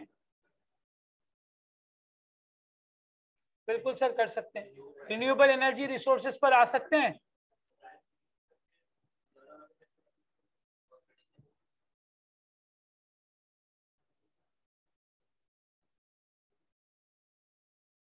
प्राइस रिड्यूस की जा सकती है, कॉस्ट कटिंग की जा सकती है, सो ऑन सो फोर्थ। दो ही बड़ी अपॉर्चुनिटीज है मेरे हिसाब से, बाकी साइडलाइन के पॉइंट्स हैं। एक हर्बल और नेचुरल प्रोडक्ट्स, ये बड़ी अपॉर्चुनिटी है क्योंकि यहाँ पे राइजिंग ट्रेंड है हेल्दी लाइफस्टाइल का, और दूसरी बड़ी अपॉर्चुनिटी ऑनलाइन है। बाकी छोटी छोटी चीजें, ये CSR कैंपेनिंग ये सब ठीक है, अच्छा लगता है, ये एक टाइम तक रहता है, कोई पूरा साल नहीं कर पाता। ये फंड्स होते हैं, लोग जोश में मार्केटिंग करते हैं, ऐड चलाते हैं, सब कुछ करते हैं, फंड खत्म हो जाते हैं, रह जाता है। कितने टाइम से तुमने Zameen.com का कोई ऐड देखा है? पहले पूरे कराची को रंग दिया था उन्होंने एक टाइम पे, हर जगह Zameen.com का ऐड होता था। अब देख रहे हो प्रोडक्ट स्टेबल हो गया, चल गया काम, अब उसको क्या फजूल में ऐड लगाने की जरूरत है। सिविल के ऐड लगे हुए थे जगह जगह पे, अब सिविल भी नहीं है, सिविल का ऐड भी नहीं है। बड़ा अच्छा से लिखा होता था उनके बोर्ड पे कि जाते हुए सोना है, नींद करनी है, हमारे साथ चलेंगे। अच्छा, अच्छी एड कैंपेनिंग थी उनकी। केएफसी एक टाइम पे देखो बिल्कुल हाइप हो जाती है हर जगह, और मैकडॉनल्ड्स के आउटलेट के ऊपर केएफसी का बर्गर होता है। हमेशा बहुत पैसा खर्च करते हैं। आइडियाज गुल अहमद एक टाइम आता है तेजी से, और आजकल वो पेप्सी ने नया जहर निकाला है, वो क्या है, वो 7 अप लेमनेड। हाँ हाँ, स्ट्रॉबेरी लेमनेड, वो पूरे कराची में उन्होंने लगाया हुआ जगह पे, लोग कहते बिल्कुल दवाई का टेस्ट है उसका। तो इस तरीके से दो बड़े थ्रेट्स हैं मेरे लिहाज से, दो बड़ी अपॉर्चुनिटीज है। हेल्दी लाइफस्टाइल है, अपॉर्चुनिटी वहां पे हर्बल प्रोडक्ट्स की है। ऑनलाइन की बढ़ती हुई चीज है, आपका नॉर्मल फिजिकल सेल्स चैनल्स पे डिस्ट्रॉय हो सकता है, उसका बढ़ता हुआ ट्रेंड वहां पर। ठीक है ना, समझ में आती है बात। वो जब लोगों के बिहेवियर में आ गया ना, तो वो फिर चीज महंगी पड़ जाएगी। शुरू में फूड पांडा सारे रेस्टोरेंट्स के पास जा जा के कहता था कि यार अल्लाह का वास्ता ही कर लो, अल्लाह का वास्ता ही कर लो, अल्लाह का वास्ता ही कर लो। रेस्टोरेंट्स घास भी नहीं डालते थे। फिर फूड पांडा ने ये कोड क्रैक किया कि इनको डिस्काउंट देते हैं, ये मुफ्ती कौम है, इनको मुफ्ता देते हैं। उन्होंने डिस्काउंट देना शुरू किए, ऑर्डर्स लगना शुरू हो गए आपके ऊपर, धड़ाधड़ ऑर्डर लगना शुरू हुए। और हम तो 25-50 रुपए के लिए आप शेयर भी करते रहते ना, तू साइन अप करेगा तो मुझे 50 रुपए मिलेंगे, वो साइन अप करेगा तो उसको 50 रुपए मिलेंगे। ये 50 रुपए के चक्कर में 5 करोड़ तक ये ऐप पहुंच जाती है, सबको 50-50 50-50 रुपए मिल रहे होते।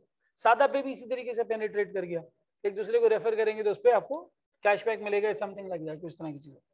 तो इस पूरे पर्सपेक्टिव को जहन में रखो, यहाँ पे भी ये वाली चीज हो सकती है। फूड पांडा में जिस तरीके से हुआ, अब लोगों का बिहेवियर बन गया है यार ठीक है ऑनलाइन मंगवा लेंगे, कोई भी बगैर उसके कि यार चलो ठीक है बहुत टाइम हो गया बाहर खाना खाने नहीं गए, आमतौर पे कोई वेटिंग में अब नहीं खड़ा रहना चाहता।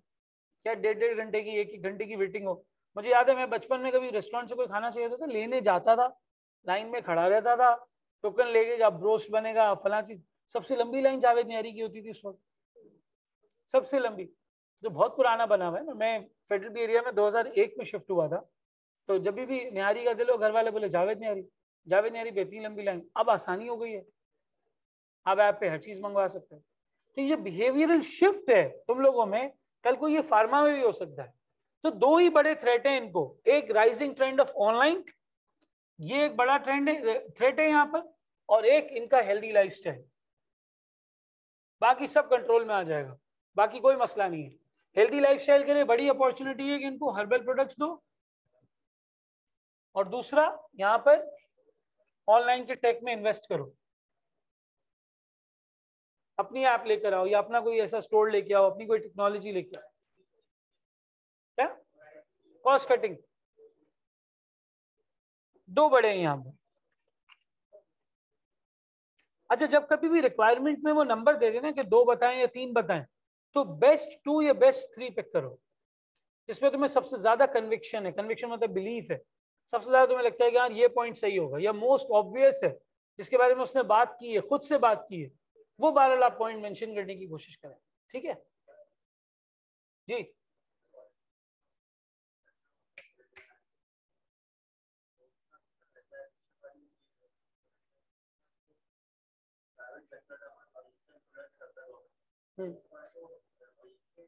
पॉलिटिकल में लिखेंगे ना वो।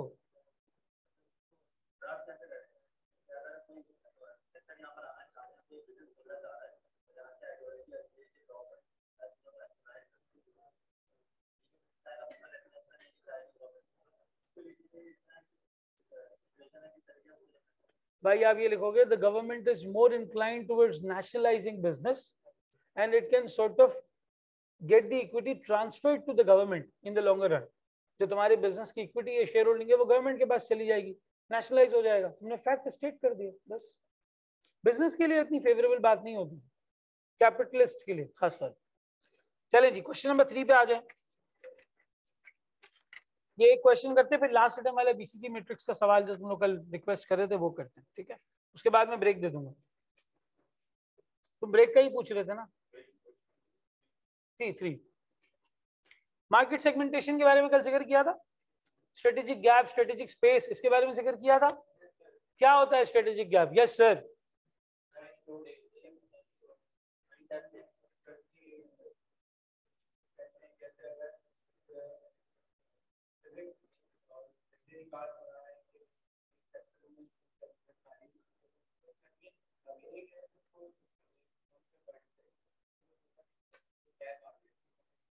सही है। अनअटेंडेड सेगमेंट, जिसको किसी ने अभी तक अटेंड नहीं किया। पाकिस्तान में किसी एरिया में स्ट्रेटेजिक स्पेस दिखता है तुम लोगों को?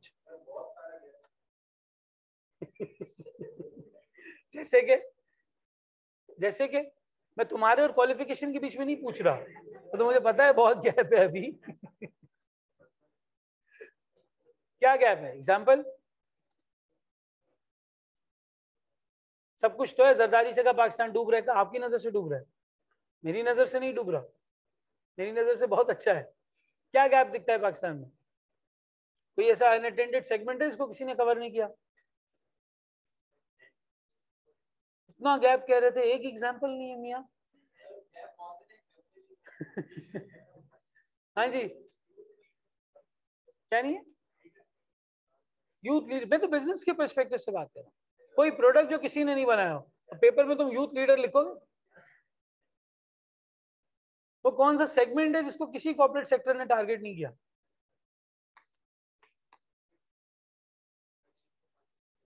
क्या? सोशल मीडिया की कोई है पाकिस्तान में जरूरत है? लोग ऑलरेडी सिचुएटेड हैं इन प्लेटफॉर्म्स पे। अगर ऐसा होता तो सऊदी या दुबई भी अपने प्लेटफॉर्म बना देते, उन्होंने नहीं बनाया। हम तो किसी खेत की मूली नहीं है, इंडिया ने नहीं बनाया, जरूरत नहीं है उसकी। स्ट्रेटेजिक गैप जरूरत से निकलता है, जरूरत है उस चीज की, बताओ।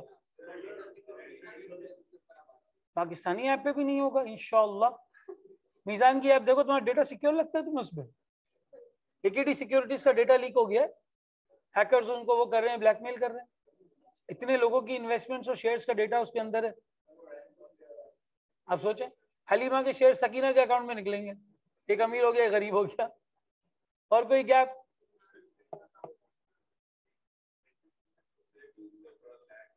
एक्सीलेंट पॉइंट, थोड़ा इलेबोरेट करो। एंटरटेनमेंट से बस खाना खाना है, बस ड्राइव करके आ जाओ। कोई ढंग का वाटर पार्क होगा तो किसी स्लाइड से बच्चा गिर जाएगा, झूले गिर जाएंगे। तस्करी पार्क में हुआ था, इसका नाम कश्मीर पार्क रख दिया। अम्यूजमेंट अच्छा गैप है, किसी ने सही अच्छे थीम पार्क्स नहीं बनाए, थीम पार्क्स नहीं बनाए। लेकिन उसके पीछे एक बड़ा फैक्टर ये है कि लोगों की इतनी स्पेंडिंग पावर नहीं है। थीम पार्क बहुत महंगा बनता है, सारा इक्विपमेंट इंपोर्टेड आता है, एक तो मुल्क में डॉलर नहीं है, इंपोर्टेड आता है, महंगा पड़ता है।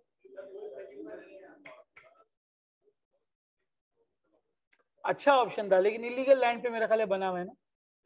उसके पीछे जो क्या नाम था उसका यार, वो नहीं, पवेलियन लैंड क्लब तो शायद अभी भी है। पीछे एक थीम पार्क था उसके, सुपर स्पेस, सुपर स्पेस।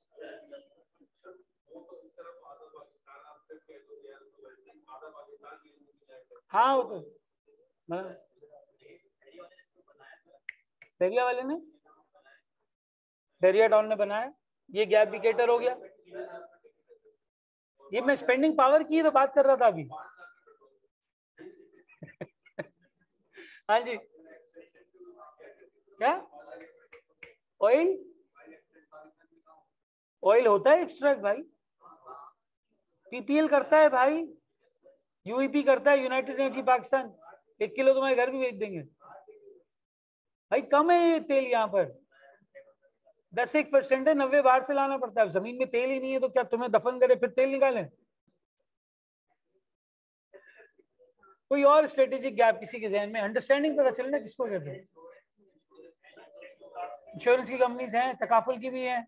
और इसने अम्यूजमेंट पार्क का जवाब दे दिया है लड़के ने, सर बहरिया टाउन में है। कार पार्ट्स की मैन्युफैक्चरिंग, उसके लिए रिसोर्स अवेलेबिलिटी नहीं है हमारे पास, मटेरियल नहीं निकलता ना वो जिससे हम बना सके।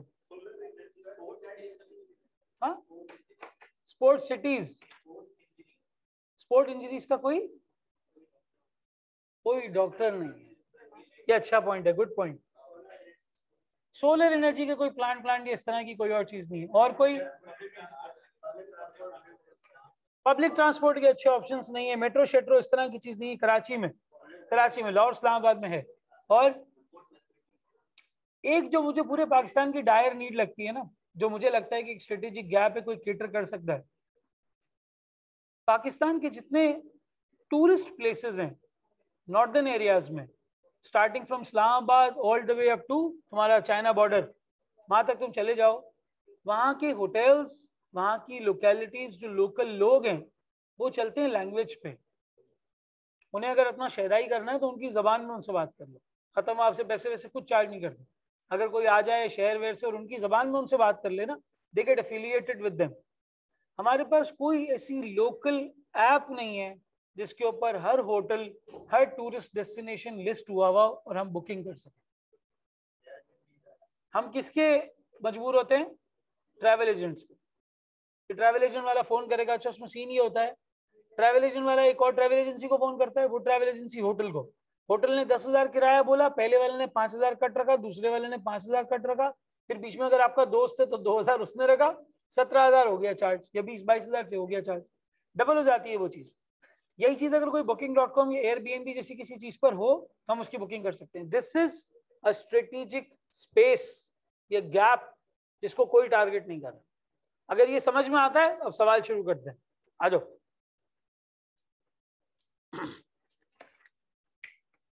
Strategic groups in market segmentation. The hand wash soap market for Parash, a tourist friendly metropolitan city in Asia, can be categorized by two product variants, bar soap and liquid soap. ठीक है, बार soap कैसा होता है sir? Hard form में जो साबुन की शक्ल होती है, लिक्विड सोप आप प्रेस करते हैं, लिक्विड फॉर्म में सोप आ जाता है। Before 2019, only two standard size of the variants were offered in the market, that is 3.5 inches soap bar and 500 ml liquid soap bottles. सिर्फ ये दो वेरिएंट अवेलेबल थे। 3.5 इंचेस सोप बार जो normally आपके घर में आता है ना, इसको 3.5 इंचेस कहते हैं, और जो 500 ml की बोतल आती है नॉर्मल वाली, वो घर में आती है। In January 2019, Khalid established a new company called Soapsy in Parash to fill the gap in the market. Soapsy makes 2 inches travel size mini soap bar and 200 ml mini liquid soap bottles for air travelers. अब पहली line देखो, ये country है, जो ये जगह है, ये क्या है? टूरिस्ट फ्रेंडली है। यहाँ पर लोग आते हैं, टूरिस्ट आते हैं। क्या टूरिस्ट इतना ज्यादा सामान अपने साथ कैरी करते हैं? नहीं सर। उनको मैक्सिमम स्टे करना होता है किसी शहर में, कितना करना होता है? 4 से 5 दिन। बहुत हुआ अगर कोई बहुत अच्छा शहर है, बहुत कुछ देखने के लिए, तो 3 से 4 दिन। और फिर वो करीब करीब की सिटीज में 10-15 दिन और गुजारते हैं। मैक्सिमम जो आपका टूर पीरियड होता है वो 15 से 16 दिन होता है। कोई भी 6-6 महीने के लिए कहीं पर नहीं आता, फिर वो टूर नहीं है, फिर आप प्रॉपर्ली रहने आ रहे हो। वो रहने वाला आदमी, उसको 3.5 इंची का साबुन समझ में आता है, लेकिन जो 4-5 दिन के लिए आया है उसको इतने बड़े सोप की जरूरत नहीं होती, और उसके लिए कोई सोप बना नहीं रहा था। This was a strategic gap, कोई बना नहीं रहा था। हुआ क्या आगे? To fill the gap in the market, Soapsy makes 2 inches travel size mini soap bar and 200 ml mini liquid soap bottles for air travelers. The bars and liquid soap are designed to be used 9 to 10 times for standard quantity usage. 9 से 10 दफा आप इसको इस्तेमाल कर सकते हैं, ठीक है? To date, Soapsy has been extremely consistent in its approach and offerings with no observable changes to the internal workings of the company. It remains the only company catering to travelers in Parash. Presented below is the quantity of each product sold during the period specified. 2019, 20 और 21 की quantity बताई गई है। Mini soap bar, mini liquid soap, standard soap bar, standard liquid soap, इनकी sales आ रही हैं। Required comment on the appropriateness of the gap chosen by Soapsy. हाँ जी, सही गैप आइडेंटिफाई किया उन्होंने या गलत किया? गलत किया या सही किया? जरूरत थी इस प्रोडक्ट की जो उन्होंने बनाया? नहीं थी जरूरत। क्यों नहीं थी?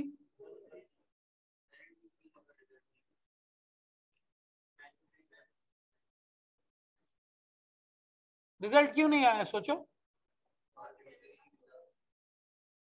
क्यों नहीं मिल रहा? देखो किस साल में नहीं मिल रहा है? 2020 में क्या आया था? एग्जामिनर छक्के छुड़ा देगा अगर ऐसा कोई सवाल दे दिया। 2020 में क्या आया था? कोविड। टूरिस्ट घूमा था? कोई निकलता था घूमने के लिए? लिटरली $1,000 पर नाइट वाला रूम 200 में नहीं लेने के लिए तैयार था कोई, टूरिस्ट ही नहीं था। इतने बड़े बड़े लेविश होटल्स की बात कर रहा हूँ जहां पे आप एक एक दिन के $1,000 लोग दे देते हैं सिर्फ रहने के लिए, वहां 200 की प्राइसिंग देने के लिए कोई रेडी नहीं था। ले ऑफ्स किए एयरलाइंस ने, टूरिज्म इंडस्ट्री ने, होटल्स ने। होरिका कहलाता है ना, ये पूरी इंडस्ट्री का जो सेगमेंट है, ये होरिका कहलाता है। बहुत ज्यादा ले ऑफ, दुनिया में सबसे ज्यादा ले ऑफ इन्हीं की हुए। तुम कोविड को स्टडी करो, जितना नॉन एसेंशियल इंडस्ट्री थी उतनी तबाह हुई है, जितनी एसेंशियल थी उतनी कामयाब हुई है, जितनी एसेंशियल थी। जो नॉन एसेंशियल थी वहां पर तबाही हुई है। इधर जो सेल्स गिरी है ना तुम्हारे पास, वो किसमें गिरी है? 2020 में गिरी है। 21 में देखो रिवाइव कर गई।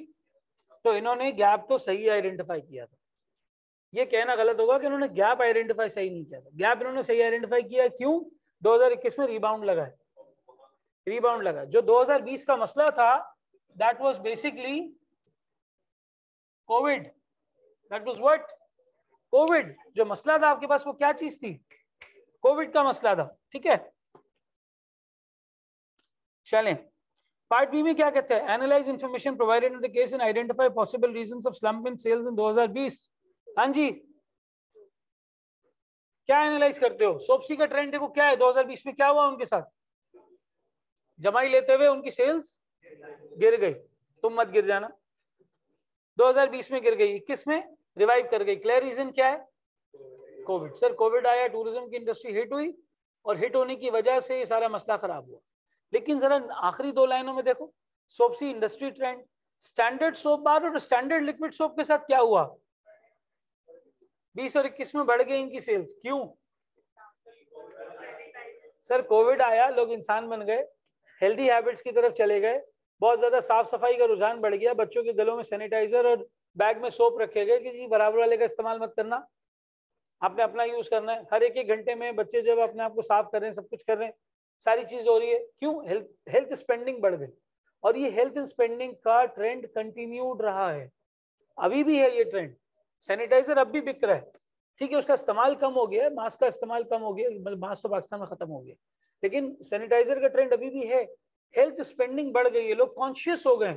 2-3 साल तक ये कॉन्शियसनेस रहेगी, फिर आहिस्ता आहिस्ता आहिस्ता भूल जाएंगे लोग कि ठीक है कभी ऐसा कुछ हुआ था, फिर उन हैबिट्स के ऊपर आना शुरू हो जाएंगे, मामला के ऊपर आना शुरू हो जाएंगे।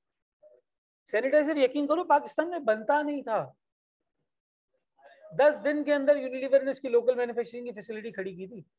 Literally 10 days, I am not kidding, 10 days. और वो कोई छोटी डिमांड को कैटर नहीं कर रहे, बहुत बड़ी डिमांड। यूनिलीवर हिंदुस्तान से आता था ये, आई गेस, लेकिन कोई इसके अंदर जो है वो सूरत हाल नहीं थी, इतनी अच्छी कोई सेल्स वेल्स नहीं थी सैनिटाइजर की। बच्चे की सरकारी नौकरी लग गई, वो हालत हुई थी सैनिटाइजर की, एकदम से डिमांड में आ गया था। मास्क एकदम से डिमांड में आ गया था। जो मास्क के सैनिटाइजर बनाते थे या उस वक्त उन्होंने बनाना शुरू किया, उन्होंने पता नहीं कौन कौन से एसेट बना लिए, इतना पैसा उस वक्त हो गया था भारत। ठीक है जी, तो नीचे दोनों का ट्रेंड इसलिए इंक्रीज कर गया क्योंकि आपकी हेल्थ स्पेंडिंग या हेल्थ हैबिट्स इंक्रीज कर गई।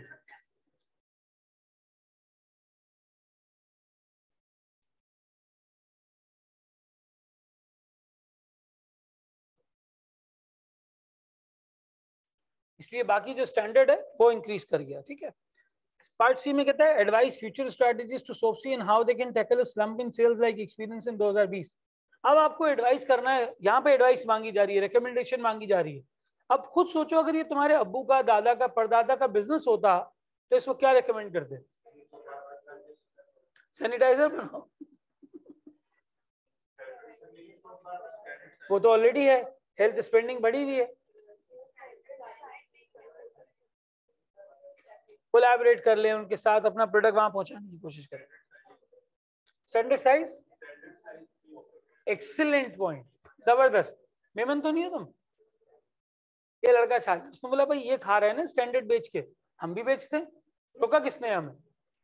ठीक है, मिनी साइज भी बनाएंगे, स्टैंडर्ड भी बनाएंगे, स्टैंडर्ड बिक रहा है हम भी बनाते हैं, हमें पीछे रहने का किसने कहा? That was a clear on point answer. इस पार्ट के अंदर सबसे पहले यही मेंशन करना कि भाई आप भी इस सेगमेंट में आ जाओ ना। मिनी वाली चीज आपने सही आइडेंटिफाई की है।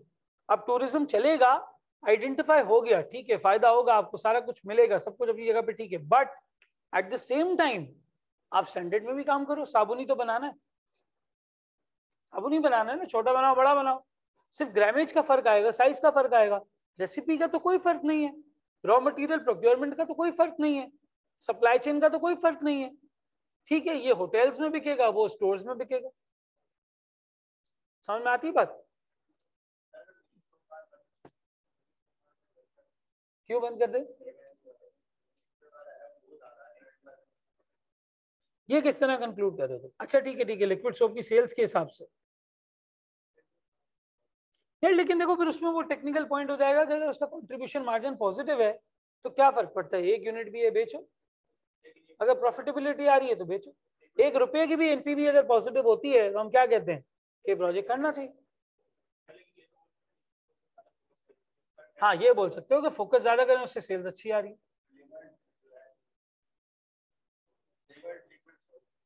हाँ अब आ जाओ लास्ट अटेम्प्ट के बीसीजी मैट्रिक्स वाले सवाल पे, मैं व्हाट्सएप ग्रुप पे शेयर करता हूँ। कुछ समझ आया थ्योरी हैंडल कैसे करनी है?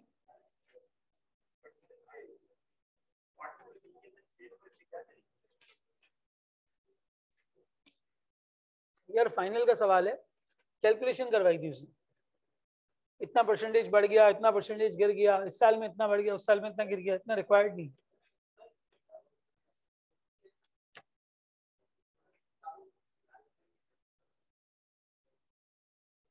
क्या पूछ रहा है ये?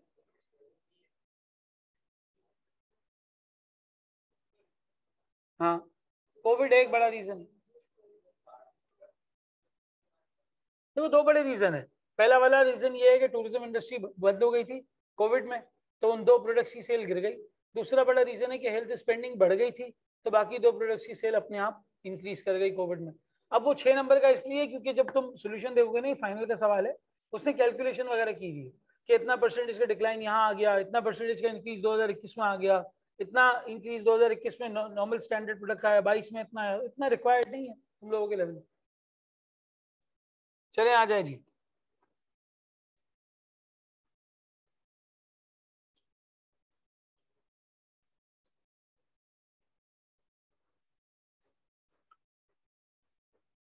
कल मैंने ये सवाल देखा, वैसे जो फाइनल में आया है सवाल, इससे ज्यादा वाहियात और घटिया सवाल ड्राफ्टेड में जिंदगी में नहीं देख सकता था।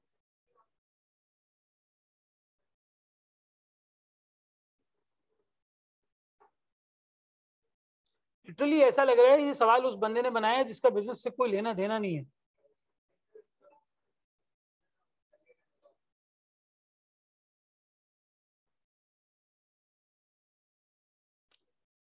चले जी, अब पीडीएफ में ओके हो ना तुम लोग?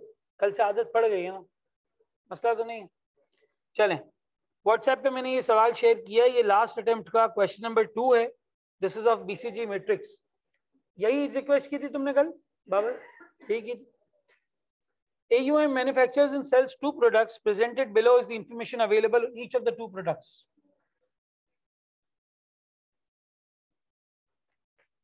Product 1. This product is the first product AUM introduced in the market and carries a strong brand value. Its repute carries positive influence on many other AUM business activities.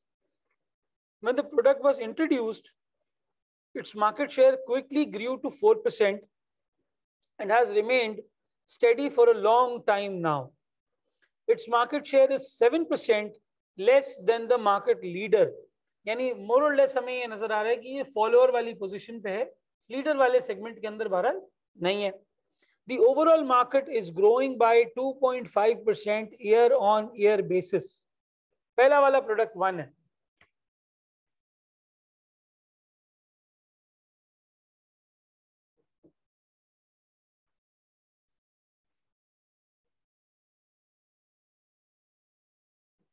मुझे बताओ market grow कर रही है या नहीं कर रही? Market grow कर रही है बाय 2.5%।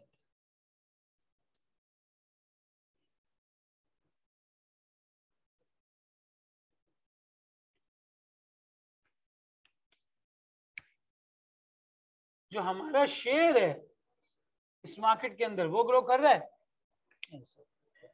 हमारा शेयर स्टेडी है, not growing. At the same time, we are not market leaders. हम यहाँ पे मार्केट लीडर्स भी नहीं है, मार्केट लीडर भी नहीं बन पा रहे, हम अपना शेयर ग्रो भी नहीं कर पा रहे।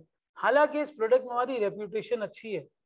वो शुरुआत में कह रहे हैं कि इसकी वजह से हमारे दूसरे प्रोडक्ट्स पे अच्छा इम्पैक्ट भी पड़ता है, लेकिन बढ़ती हुई मार्केट के साथ हम ग्रो नहीं कर पा रहे। क्या बनेगा? ये प्रॉब्लम चाइल्ड। इससे सोल्यूशन में क्या लिखा है? डॉग की प्रिलिमिनरी बात ये होती है कि वहां पे मार्केट ग्रो नहीं कर रही होती, बिल्कुल प्रिलिमिनरी बात ये होती है। जैसे कि कैश काउ में होता है, कैश काउ में हम मेच्योरिटी पे होते हैं, डॉग के केस में भी हम मेच्योरिटी पे होते हैं। कैश काउ के केस में हमारा शेयर मैक्सिमम हो चुका होता है, हम लीडिंग पोजीशन पे होते हैं, अच्छा कैश कमा रहे होते हैं, खा रहे होते हैं, सब कुछ कर रहे होते हैं, लेकिन उसकी मार्केट बिल्कुल भी ग्रो नहीं कर रही होती। या मार्केट ग्रो कर रही है, एट द सेम टाइम हमारा शेयर रिलेटिवली ग्रो नहीं कर रहा। हम या तो बिल्कुल उस स्टडी इसके अंदर खड़े हुए हैं और लीडर भी नहीं बन पा रहे। कैश काउ के वर्क्स अगर मैं स्टार प्रोडक्ट की बात करूं तो उसके अंदर क्या होता है? मार्केट भी ग्रो कर रही होती है और आप मार्केट के लीडर होते हैं, आपके पास हाईएस्ट शेयर होता है, आपका शेयर मार्केट के साथ साथ ग्रो कर रहा होता है, कोई उसको खाने वाला नहीं होता, कोई उसको खाने वाला नहीं होता। आगे जाके क्लोज टू कह सकते हो स्टार प्रोडक्ट, अभी वो स्टार प्रोडक्ट है नहीं। You are not in ultimate leading position कि आपका सबसे अच्छा शेयर है। व्हाट्सएप चेक करें सर, ये क्या बोल रहे हैं? यहाँ पे किसी ने लिखा है व्हाट्सएप चेक। अच्छा, वो का check WhatsApp sir as send, ठीक है। सर कहते हैं सर बट उसने मेंशन किया है कि वो 10% की ग्रोथ को कंसिडर करेगा।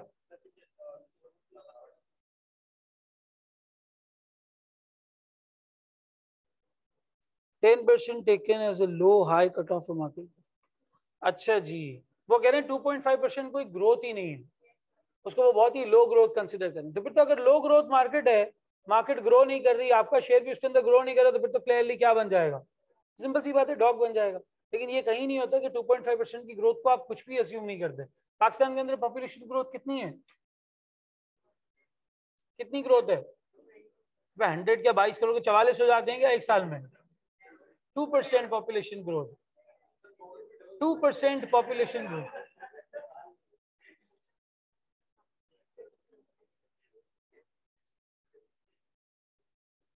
तुम 2020 के तो नहीं हो? चलिए फिर सही है, अगर वो नोट में ये कह रहा है कि भाई मेरे लिए ये ग्रोथ कोई कंसिडरेबल ग्रोथ ही नहीं है 2.5% की, तो फिर आप कह सकते हैं कि हाँ ये डॉग वाले एम्बेड के अंदर शामिल होता है।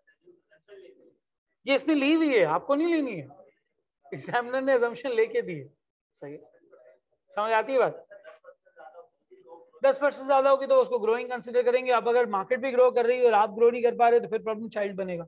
इधर तो मसला ये है कि वो उसको ग्रोथ कंसिडर ही नहीं करता कि ठीक है यार ये कोई कंसिडरेबल ग्रोथ ही नहीं, 2-2.5% तो एम ही होगी।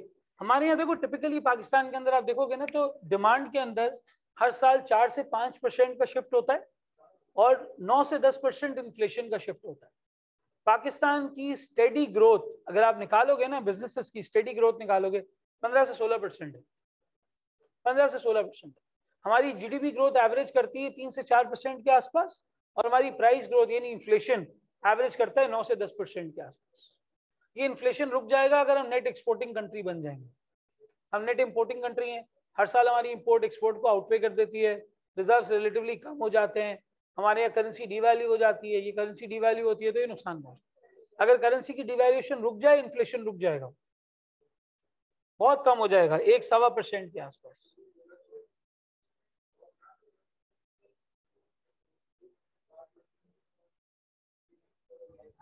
4% हमारा शेयर है, ग्रोथ रेट नहीं है। यानी अगर मार्केट में 100 मिलियन का आइटम बिक रहा है तो हम 4 मिलियन का बेच रहे हैं। बोलो,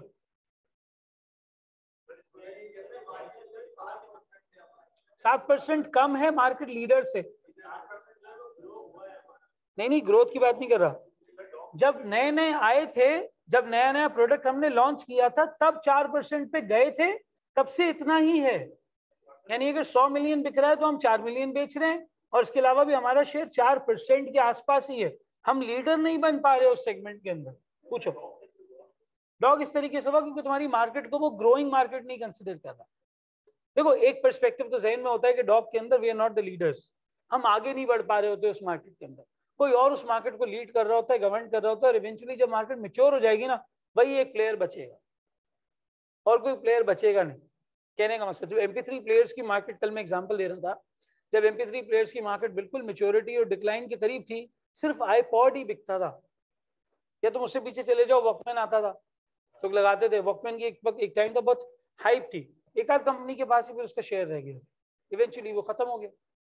समझ में आ रही है बात? इधर ये मार्केट को ग्रोइंग ही कंसिडर नहीं कर रहा, थोड़ी कंफ्यूजन इसने क्रिएट कर दी है सवाल में। हाँ हाँ, वो कंसिडर नहीं कर रहा, कह रहा है मेरे लिए कोई ग्रोथ नहीं, बहुत लो ग्रोथ है। It's as good as that industry is not growing at all.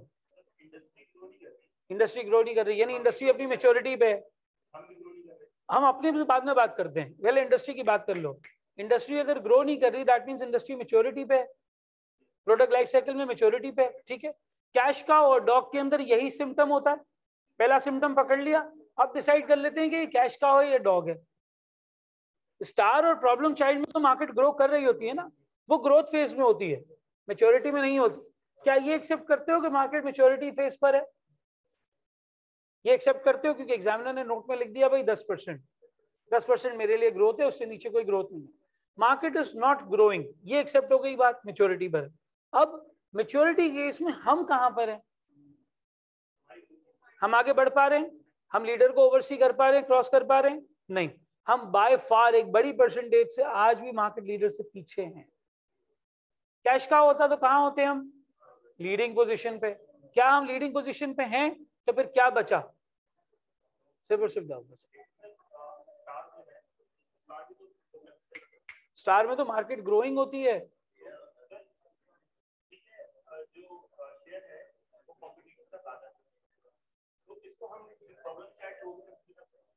तुम कंपटीशन छोड़ दो, कंपटीशन या प्लेयर्स को छोड़ दो, सिर्फ मार्केट की बात करो। मार्केट इटसेल्फ, वो प्रोडक्ट की इटसेल्फ जो सेल्स है वो बढ़ रही है, जिसको वो कंसीडर नहीं कर रहा। It's as good as no growth. यानी वो प्रोडक्ट अपने आप में, चाहे कोई भी बेच रहा हो, कंपेटिटर 1 बेच रहा हो, 2 बेच रहा हो, 3 बेच रहा हो, कोई भी बेच रहा हो, वो प्रोडक्ट अपने आप में ग्रो कर रहा है? नहीं कर रहा। उस प्रोडक्ट की मार्केट खत्म होती जा रही है, उस प्रोडक्ट की मार्केट खत्म होती जा रही है। आज स्मार्टफोन्स की मार्केट ग्रोइंग है, it is as close as maturity phase. अब बहुत लोगों के पास स्मार्टफोन्स आ चुके हैं, बहुत कम परसेंटेज अब दुनिया की रह गई है जिनके पास स्मार्टफोन्स नहीं है। सही है, कम परसेंटेज रह गई है। जैसे ही ये परसेंटेज कैटर हो जाएगी, उसके बाद क्या होगा? जो नया स्मार्टफोन ले रहा है उसके पास पुराना तो रखा हुआ है ना, वो पुराना कहीं तो जाना है, वहां पर आपकी ग्रोथ की परसेंटेज में थोड़ा सा डिक्लाइन आना शुरू हो जाएगा, डिक्लाइन आना वहां पे शुरू हो जाएगा। इधर कहते हैं कि ठीक है यार, अब ये मेच्योरिटी की फेज पे पहुंच चुका ये प्रोडक्ट, अब कुछ नया है। अब जो रुझान बढ़ रहा है ऐसा ऐसा, वो किस तरफ बढ़ रहा है? वर्चुअल रियलिटी के जो ग्लासेस होते हैं, द मेटावर्स कमिंग ऑन। सबसे ज्यादा उस चीज की जरूरत होगी आपको। आपके फोन्स आपके लिए बेकार हो चुके होंगे अगर आप एक दफा वो मेटा वाली और सारी 3D वर्ल्ड के अंदर चले आते। फिर वो जो 3D ग्लासेस हैं वो आपके लिए ज्यादा इंपॉर्टेंट होंगे, तो वो इक्विपमेंट ग्रोइंग हो जाएगा। अभी तुम छोड़ दो हम बेच रहे हैं, कोई और बेच रहा है, पहले मुझे ये बताओ ये प्रोडक्ट की मार्केट ग्रोइंग है या नहीं है? नहीं है। यानी यहाँ पे स्टार और प्रॉब्लम चाइल्ड की तो बात ही खत्म हो गई, ये दो एक्सक्लूड हो गए। क्या बच गया हमारे पास? कैश काउ और डॉग। इसके बीच में डिटर्मिनिंग फैक्टर क्या होता है? कैश काउ के केस में the condition is what? Way the leaders. हमारा मार्केट शेयर हाईएस्ट होता है, वे द लीडर्स। क्या हम इस लीडर यहाँ पे हैं? एक वक्त आएगा ये लीडर हमें खा जाएगा। क्यों खाएगा? क्योंकि ये सस्ता बेचने पर कादिर है। एक वक्त आएगा ये मार्केट में प्राइस वॉर करेगा, अपना प्राइस रिड्यूस करेगा, आपका शेयर छीनने की कोशिश करेगा।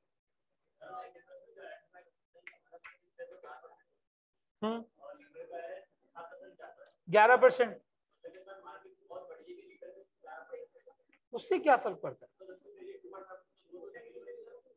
नेग्लिजिबल हो जाएगी, वो तो उसने नोट में लिख के दे दिया। वैसे 2.5% की ग्रोथ नेग्लिजिबल होती नहीं है, पहले मैं यही बात समझा रहा हूँ। 2.5% नेग्लिजिबल ग्रोथ नहीं होती। पूरे पाकिस्तान की पॉपुलेशन ग्रोथ 2% है भाई, 2% बड़ा नंबर होता है। जब आपकी बेस फिगर्स बड़ी होती है तो 2% इज अ बिग नंबर। पूरे पाकिस्तान की ग्रोथ यही है। लेकिन अगर वो कह रहे कि यार ये मेरे हिसाब से कोई ग्रोथ ही नहीं है, ठीक है, कोई मसला नहीं है, वी कैन कंसिडर दैट। समझ में आती है बात? सही, क्लियर होता है सबको पहला पॉइंट। अब दूसरे प्रोडक्ट, फिर हम उसको कंसिडर करते हैं कि ग्रोइंग मार्केट है, मार्केट ग्रो कर रही है।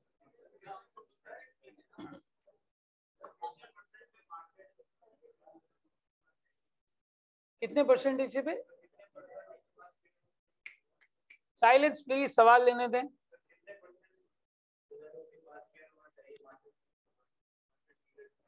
ये कोई जरूरी नहीं है, हाईएस्ट शेयर होना मार्केट लीडर बनाता है।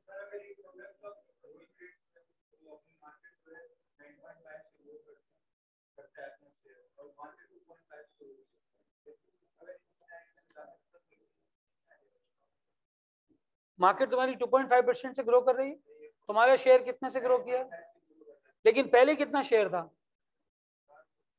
4% था। आओ इलस्ट्रेट कर लेते हैं। तुम्हारे मार्केट में 100 मिलियन की सेल्स होती थी, इसमें से तुम कितनी करते थे? 4%, 4 मिलियन। ठीक है, मार्केट कितने से ग्रो की? 2.5, कितना हो गया? 102.5। ऐसा ही है, तुम्हारा शेयर कितने परसेंट से ग्रो किया? 9.5। 4 मिलियन को मल्टीप्लाई करो 1 + 9.5% से, करो।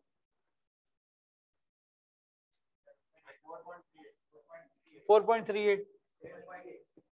अब तुम करो 4.38 डिवाइडेड बाय 102.5। अब तुम्हारा मार्केट शेयर निकालो।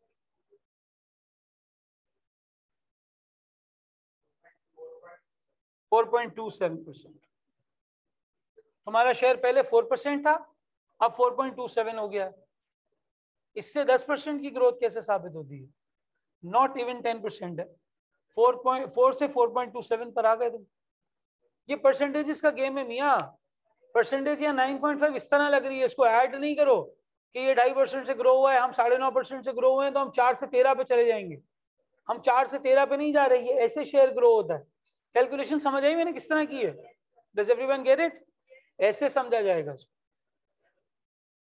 जी।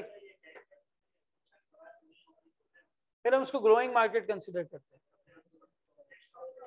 क्या? फिर हम उसको प्रॉब्लम चाइल्ड बनाते हैं कि मार्केट ग्रो कर रही है तो हम क्यों नहीं ग्रो करते, हमारा शेयर क्यों नहीं आगे जा? बताया तो है कि नो ग्रोथ है, आखिर में देखो ब्रैकेट में लिखा हुआ है।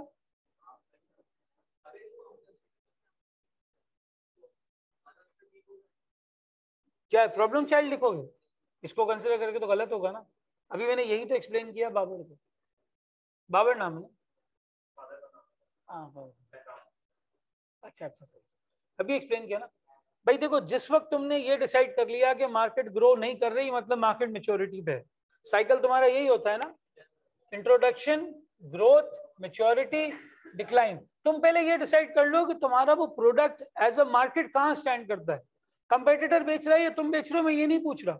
एज अ मार्केट वो कहाँ स्टैंड करता है, बताओ। मैच्योरिटी पे। इधर दो पॉसिबिलिटीज हैं, एक कैश काउ, दूसरा डॉग। कैश काउ का डिसाइडिंग फैक्टर क्या होता है? You are the leader. Dog का फैक्टर क्या होता है? You are not the leader, your market share is not very good. ठीक है, उसको बेच के फारिग करो। Product 2. This product has been consistently selling and enjoying high profits in the same market for quite some time now. The annual market growth for this product is 5%, and market share is merely 1.5% less than the only competitor in the market. हाँ जी, cash cow. पहले decide कर लो market कितने percentage से बढ़ी है। छोड़ दो, कोई भी बेच रहा हो, कंपेटिटर हो, कोई भी हो। 5%, क्या ये ग्रोथ कंसिडर की जा रही है? नोट में क्या कह रहा है वो? 10% या उससे ज्यादा की ग्रोथ है तो वो बड़ी ग्रोथ है, उससे कम है तो हम उसको कंसिडर नहीं कर रहे। तुमसे वही सवाल दोबारा, प्रोडक्ट 2 की इंडस्ट्री किस फेज में है? मैच्योरिटी में दो चीजें आपके पास, कौन कौन सी? कैश काउ और, लेकिन ये इतना बुरा हाल नहीं है। सिर्फ 1.5% मार्केट शेयर कम होना, ठीक है, यू कैन से कि हाँ ठीक है डॉग वाला मामला है, लेकिन इतना बुरा हाल नहीं है यहाँ। You can still compete with that entity in this market as well. सिर्फ स्लाइट डिफरेंस यहाँ पे ये है कि ठीक है, आप सिर्फ एक बात के ऊपर कि ये डॉग की डेफिनेशन मीट कर रहा है, इस धंधे को बंद करो या बेच दो, ऐसा नहीं। अच्छा प्रॉफिट आ रहा है इससे, आपका शेयर 1.5% ही कम है, हो सकता है आगे जाके बढ़ जाएगा। आप कोई अच्छी प्राइसिंग स्ट्रैटेजी ले आओ, कोई फीचर एक ऐसा ऐड कर दो, कोई इस तरह की कोई चीज कर दो, इससे क्या हो जाएगा, उसका शेयर आपको मिल सकता है। दो दो प्लेयर है मार्केट, आप उनका मार्केट शेयर ले सकते हैं, कोई ऐसा मसला नहीं, ठीक है। और कोई एनीवन? हाँ ये डॉग कंसिडर होगा, लेकिन इतना बुरा हाल नहीं है कि उसको उठा के बेचते हैं, बंद कर दें। प्रॉफिटेबिलिटी इंजॉय कर रहा है, लेकिन is he the leader of the market? Leader नहीं है, लेकिन वही कह रहा हूँ प्रॉफिटेबिलिटी के पॉइंट पे ही मैंने अपना पॉइंट बनाया कि इतना बुरा हाल नहीं है। बाय डेफिनेशन ये डॉग में क्लासिफाई होगा, पहले ये चीज एक्सेप्ट कर लो, बाय डेफिनेशन क्लासिफाई होगा। लेकिन अब अगर कोई मुझे पूछता है कि यार इसके लिए मेरी फ्यूचर स्ट्रेटेजी क्या होनी चाहिए, तो वहां पे मैं रटा रटाया आंसर ये नहीं लिखूंगा कि डॉग है तो उठा के बेच दो। मैं अपना आर्ग्यूमेंट बनाऊंगा कि ठीक है बाय डेफिनेशन डॉग में मीट करता है, लेकिन it's very close to the competitor और द मार्केट लीडर। ये अच्छा प्रॉफिट निकाल के दे रहा है, अच्छा कैश निकाल के दे रहा है, जब तक ये कैश आ रहा है एंजॉय करो, जब तक ये कैश आ रहा है। जब आपको ये लगे कि आप ये मार्केट शेयर नहीं ले पा रहे हैं, और अब जो मार्केट लीडर है वो बाय फार एक बड़ा मार्केट लीडर बन चुका है, कभी भी कॉस्ट कटिंग करके प्राइस कटिंग करके वो आपको साइडलाइन कर सकता है, उस वक्त फिर आपके लिए एक प्योर डॉग वैल्यू स्ट्रक्चर में आ चुका है। अब आप उसको सेल करके मार्केट से बाहर निकल जाए। समझ आ रही है बात? एक है बाय डेफिनेशन, बाय डेफिनेशन ठीक है, यहाँ पे डॉग की डेफिनेशन मीट होती है, क्या यार समझ में आता है, लेकिन जो फ्यूचर स्ट्रैटेजी है वो ये नहीं है कि इसको अभी अभी उठा के बेच दो। 1.5% का फर्क है, ये 1.5% का फर्क फ्यूचर में किसी भी अच्छी स्ट्रैटेजी से खत्म हो सकता है, और इसको कैश काउ में कन्वर्ट किया जा सकता है। It can potentially be converted into a cash cow product, अगर आप उसे 1.5% का मार्केट शेयर उनसे ले लें किसी तरीके से। ये वही पेप्सी कोक वाला मसला है, वो मार्केट शेयर के लिए ही लड़ते रहते हैं। पेप्सी और कोक एक ही उसमें ट्रेंड कर रहे हैं और मूव कर रहे हैं, इनकी एड्स आने का भी जो टाइम पीरियड होता है वो आगे पीछे ही होता है। अभी रिसेंटली वो किसकी एड थी?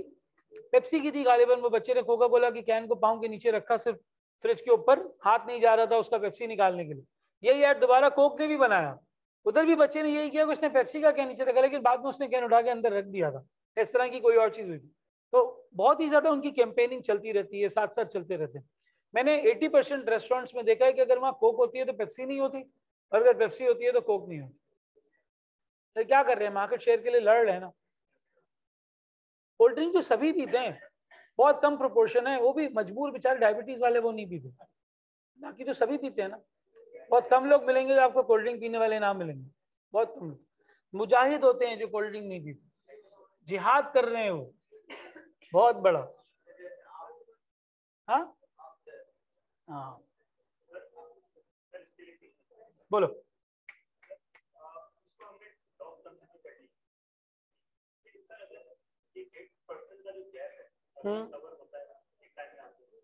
ये कैश का बन जाएगा क्यों?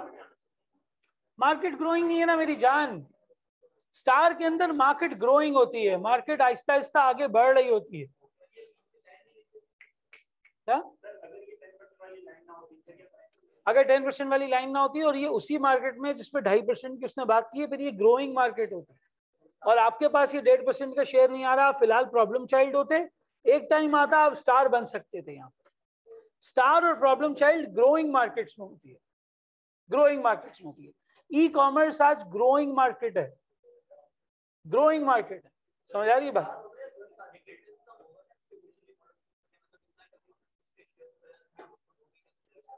देखो डॉग तुम लोग नेगेटिव कॉनोटेशन में ले रहे हो, आज डॉग में क्लासिफाई हुआ है, लेकिन पोटेंशियली कैश काउ बन सकता है, पोटेंशियली कैश काउ बन सकता है। तुम्हें लगता है कि कोई बड़ा बिजनेसमैन सिर्फ ये सोच के कि मेरा प्रोडक्ट डॉग हो चुका है, लो बंद कर दो इसको, वो कोशिश करते हैं बचाने की, यार स्ट्रैटेजी बनाते हैं, आगे बढ़ते हैं। यहाँ पे देखो दूसरी रिक्वायरमेंट में क्या लिखा हुआ है?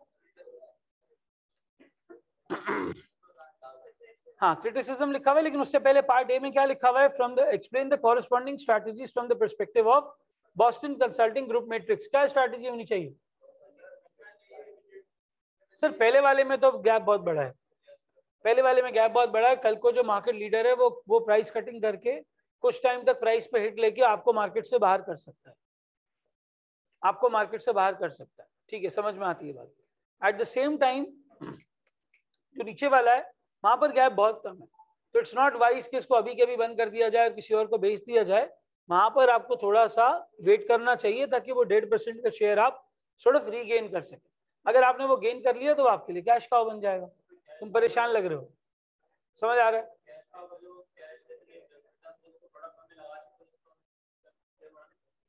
किसकी इन्वेस्टमेंट लगाओगे? वन भी तो डॉग है। हाँ, फिर उसका कैश आप लगा लो दूसरे प्रोडक्ट्स के ऊपर। कैश का होगा, जो कैश है वो स्टार को मेंटेन करने में, मजीद ग्रो करने में और प्रॉब्लम चाइल्ड के मसले हल करने में जो है वो यूज होता है। और कोई सवाल किसी का? हाँ, जो लोगों को सवाल नहीं है वो ब्रेक पे जाना चाहें जा सकते हैं। 2 बज रहे हैं, 2:30 पौने 3 तक वापस आ जाए।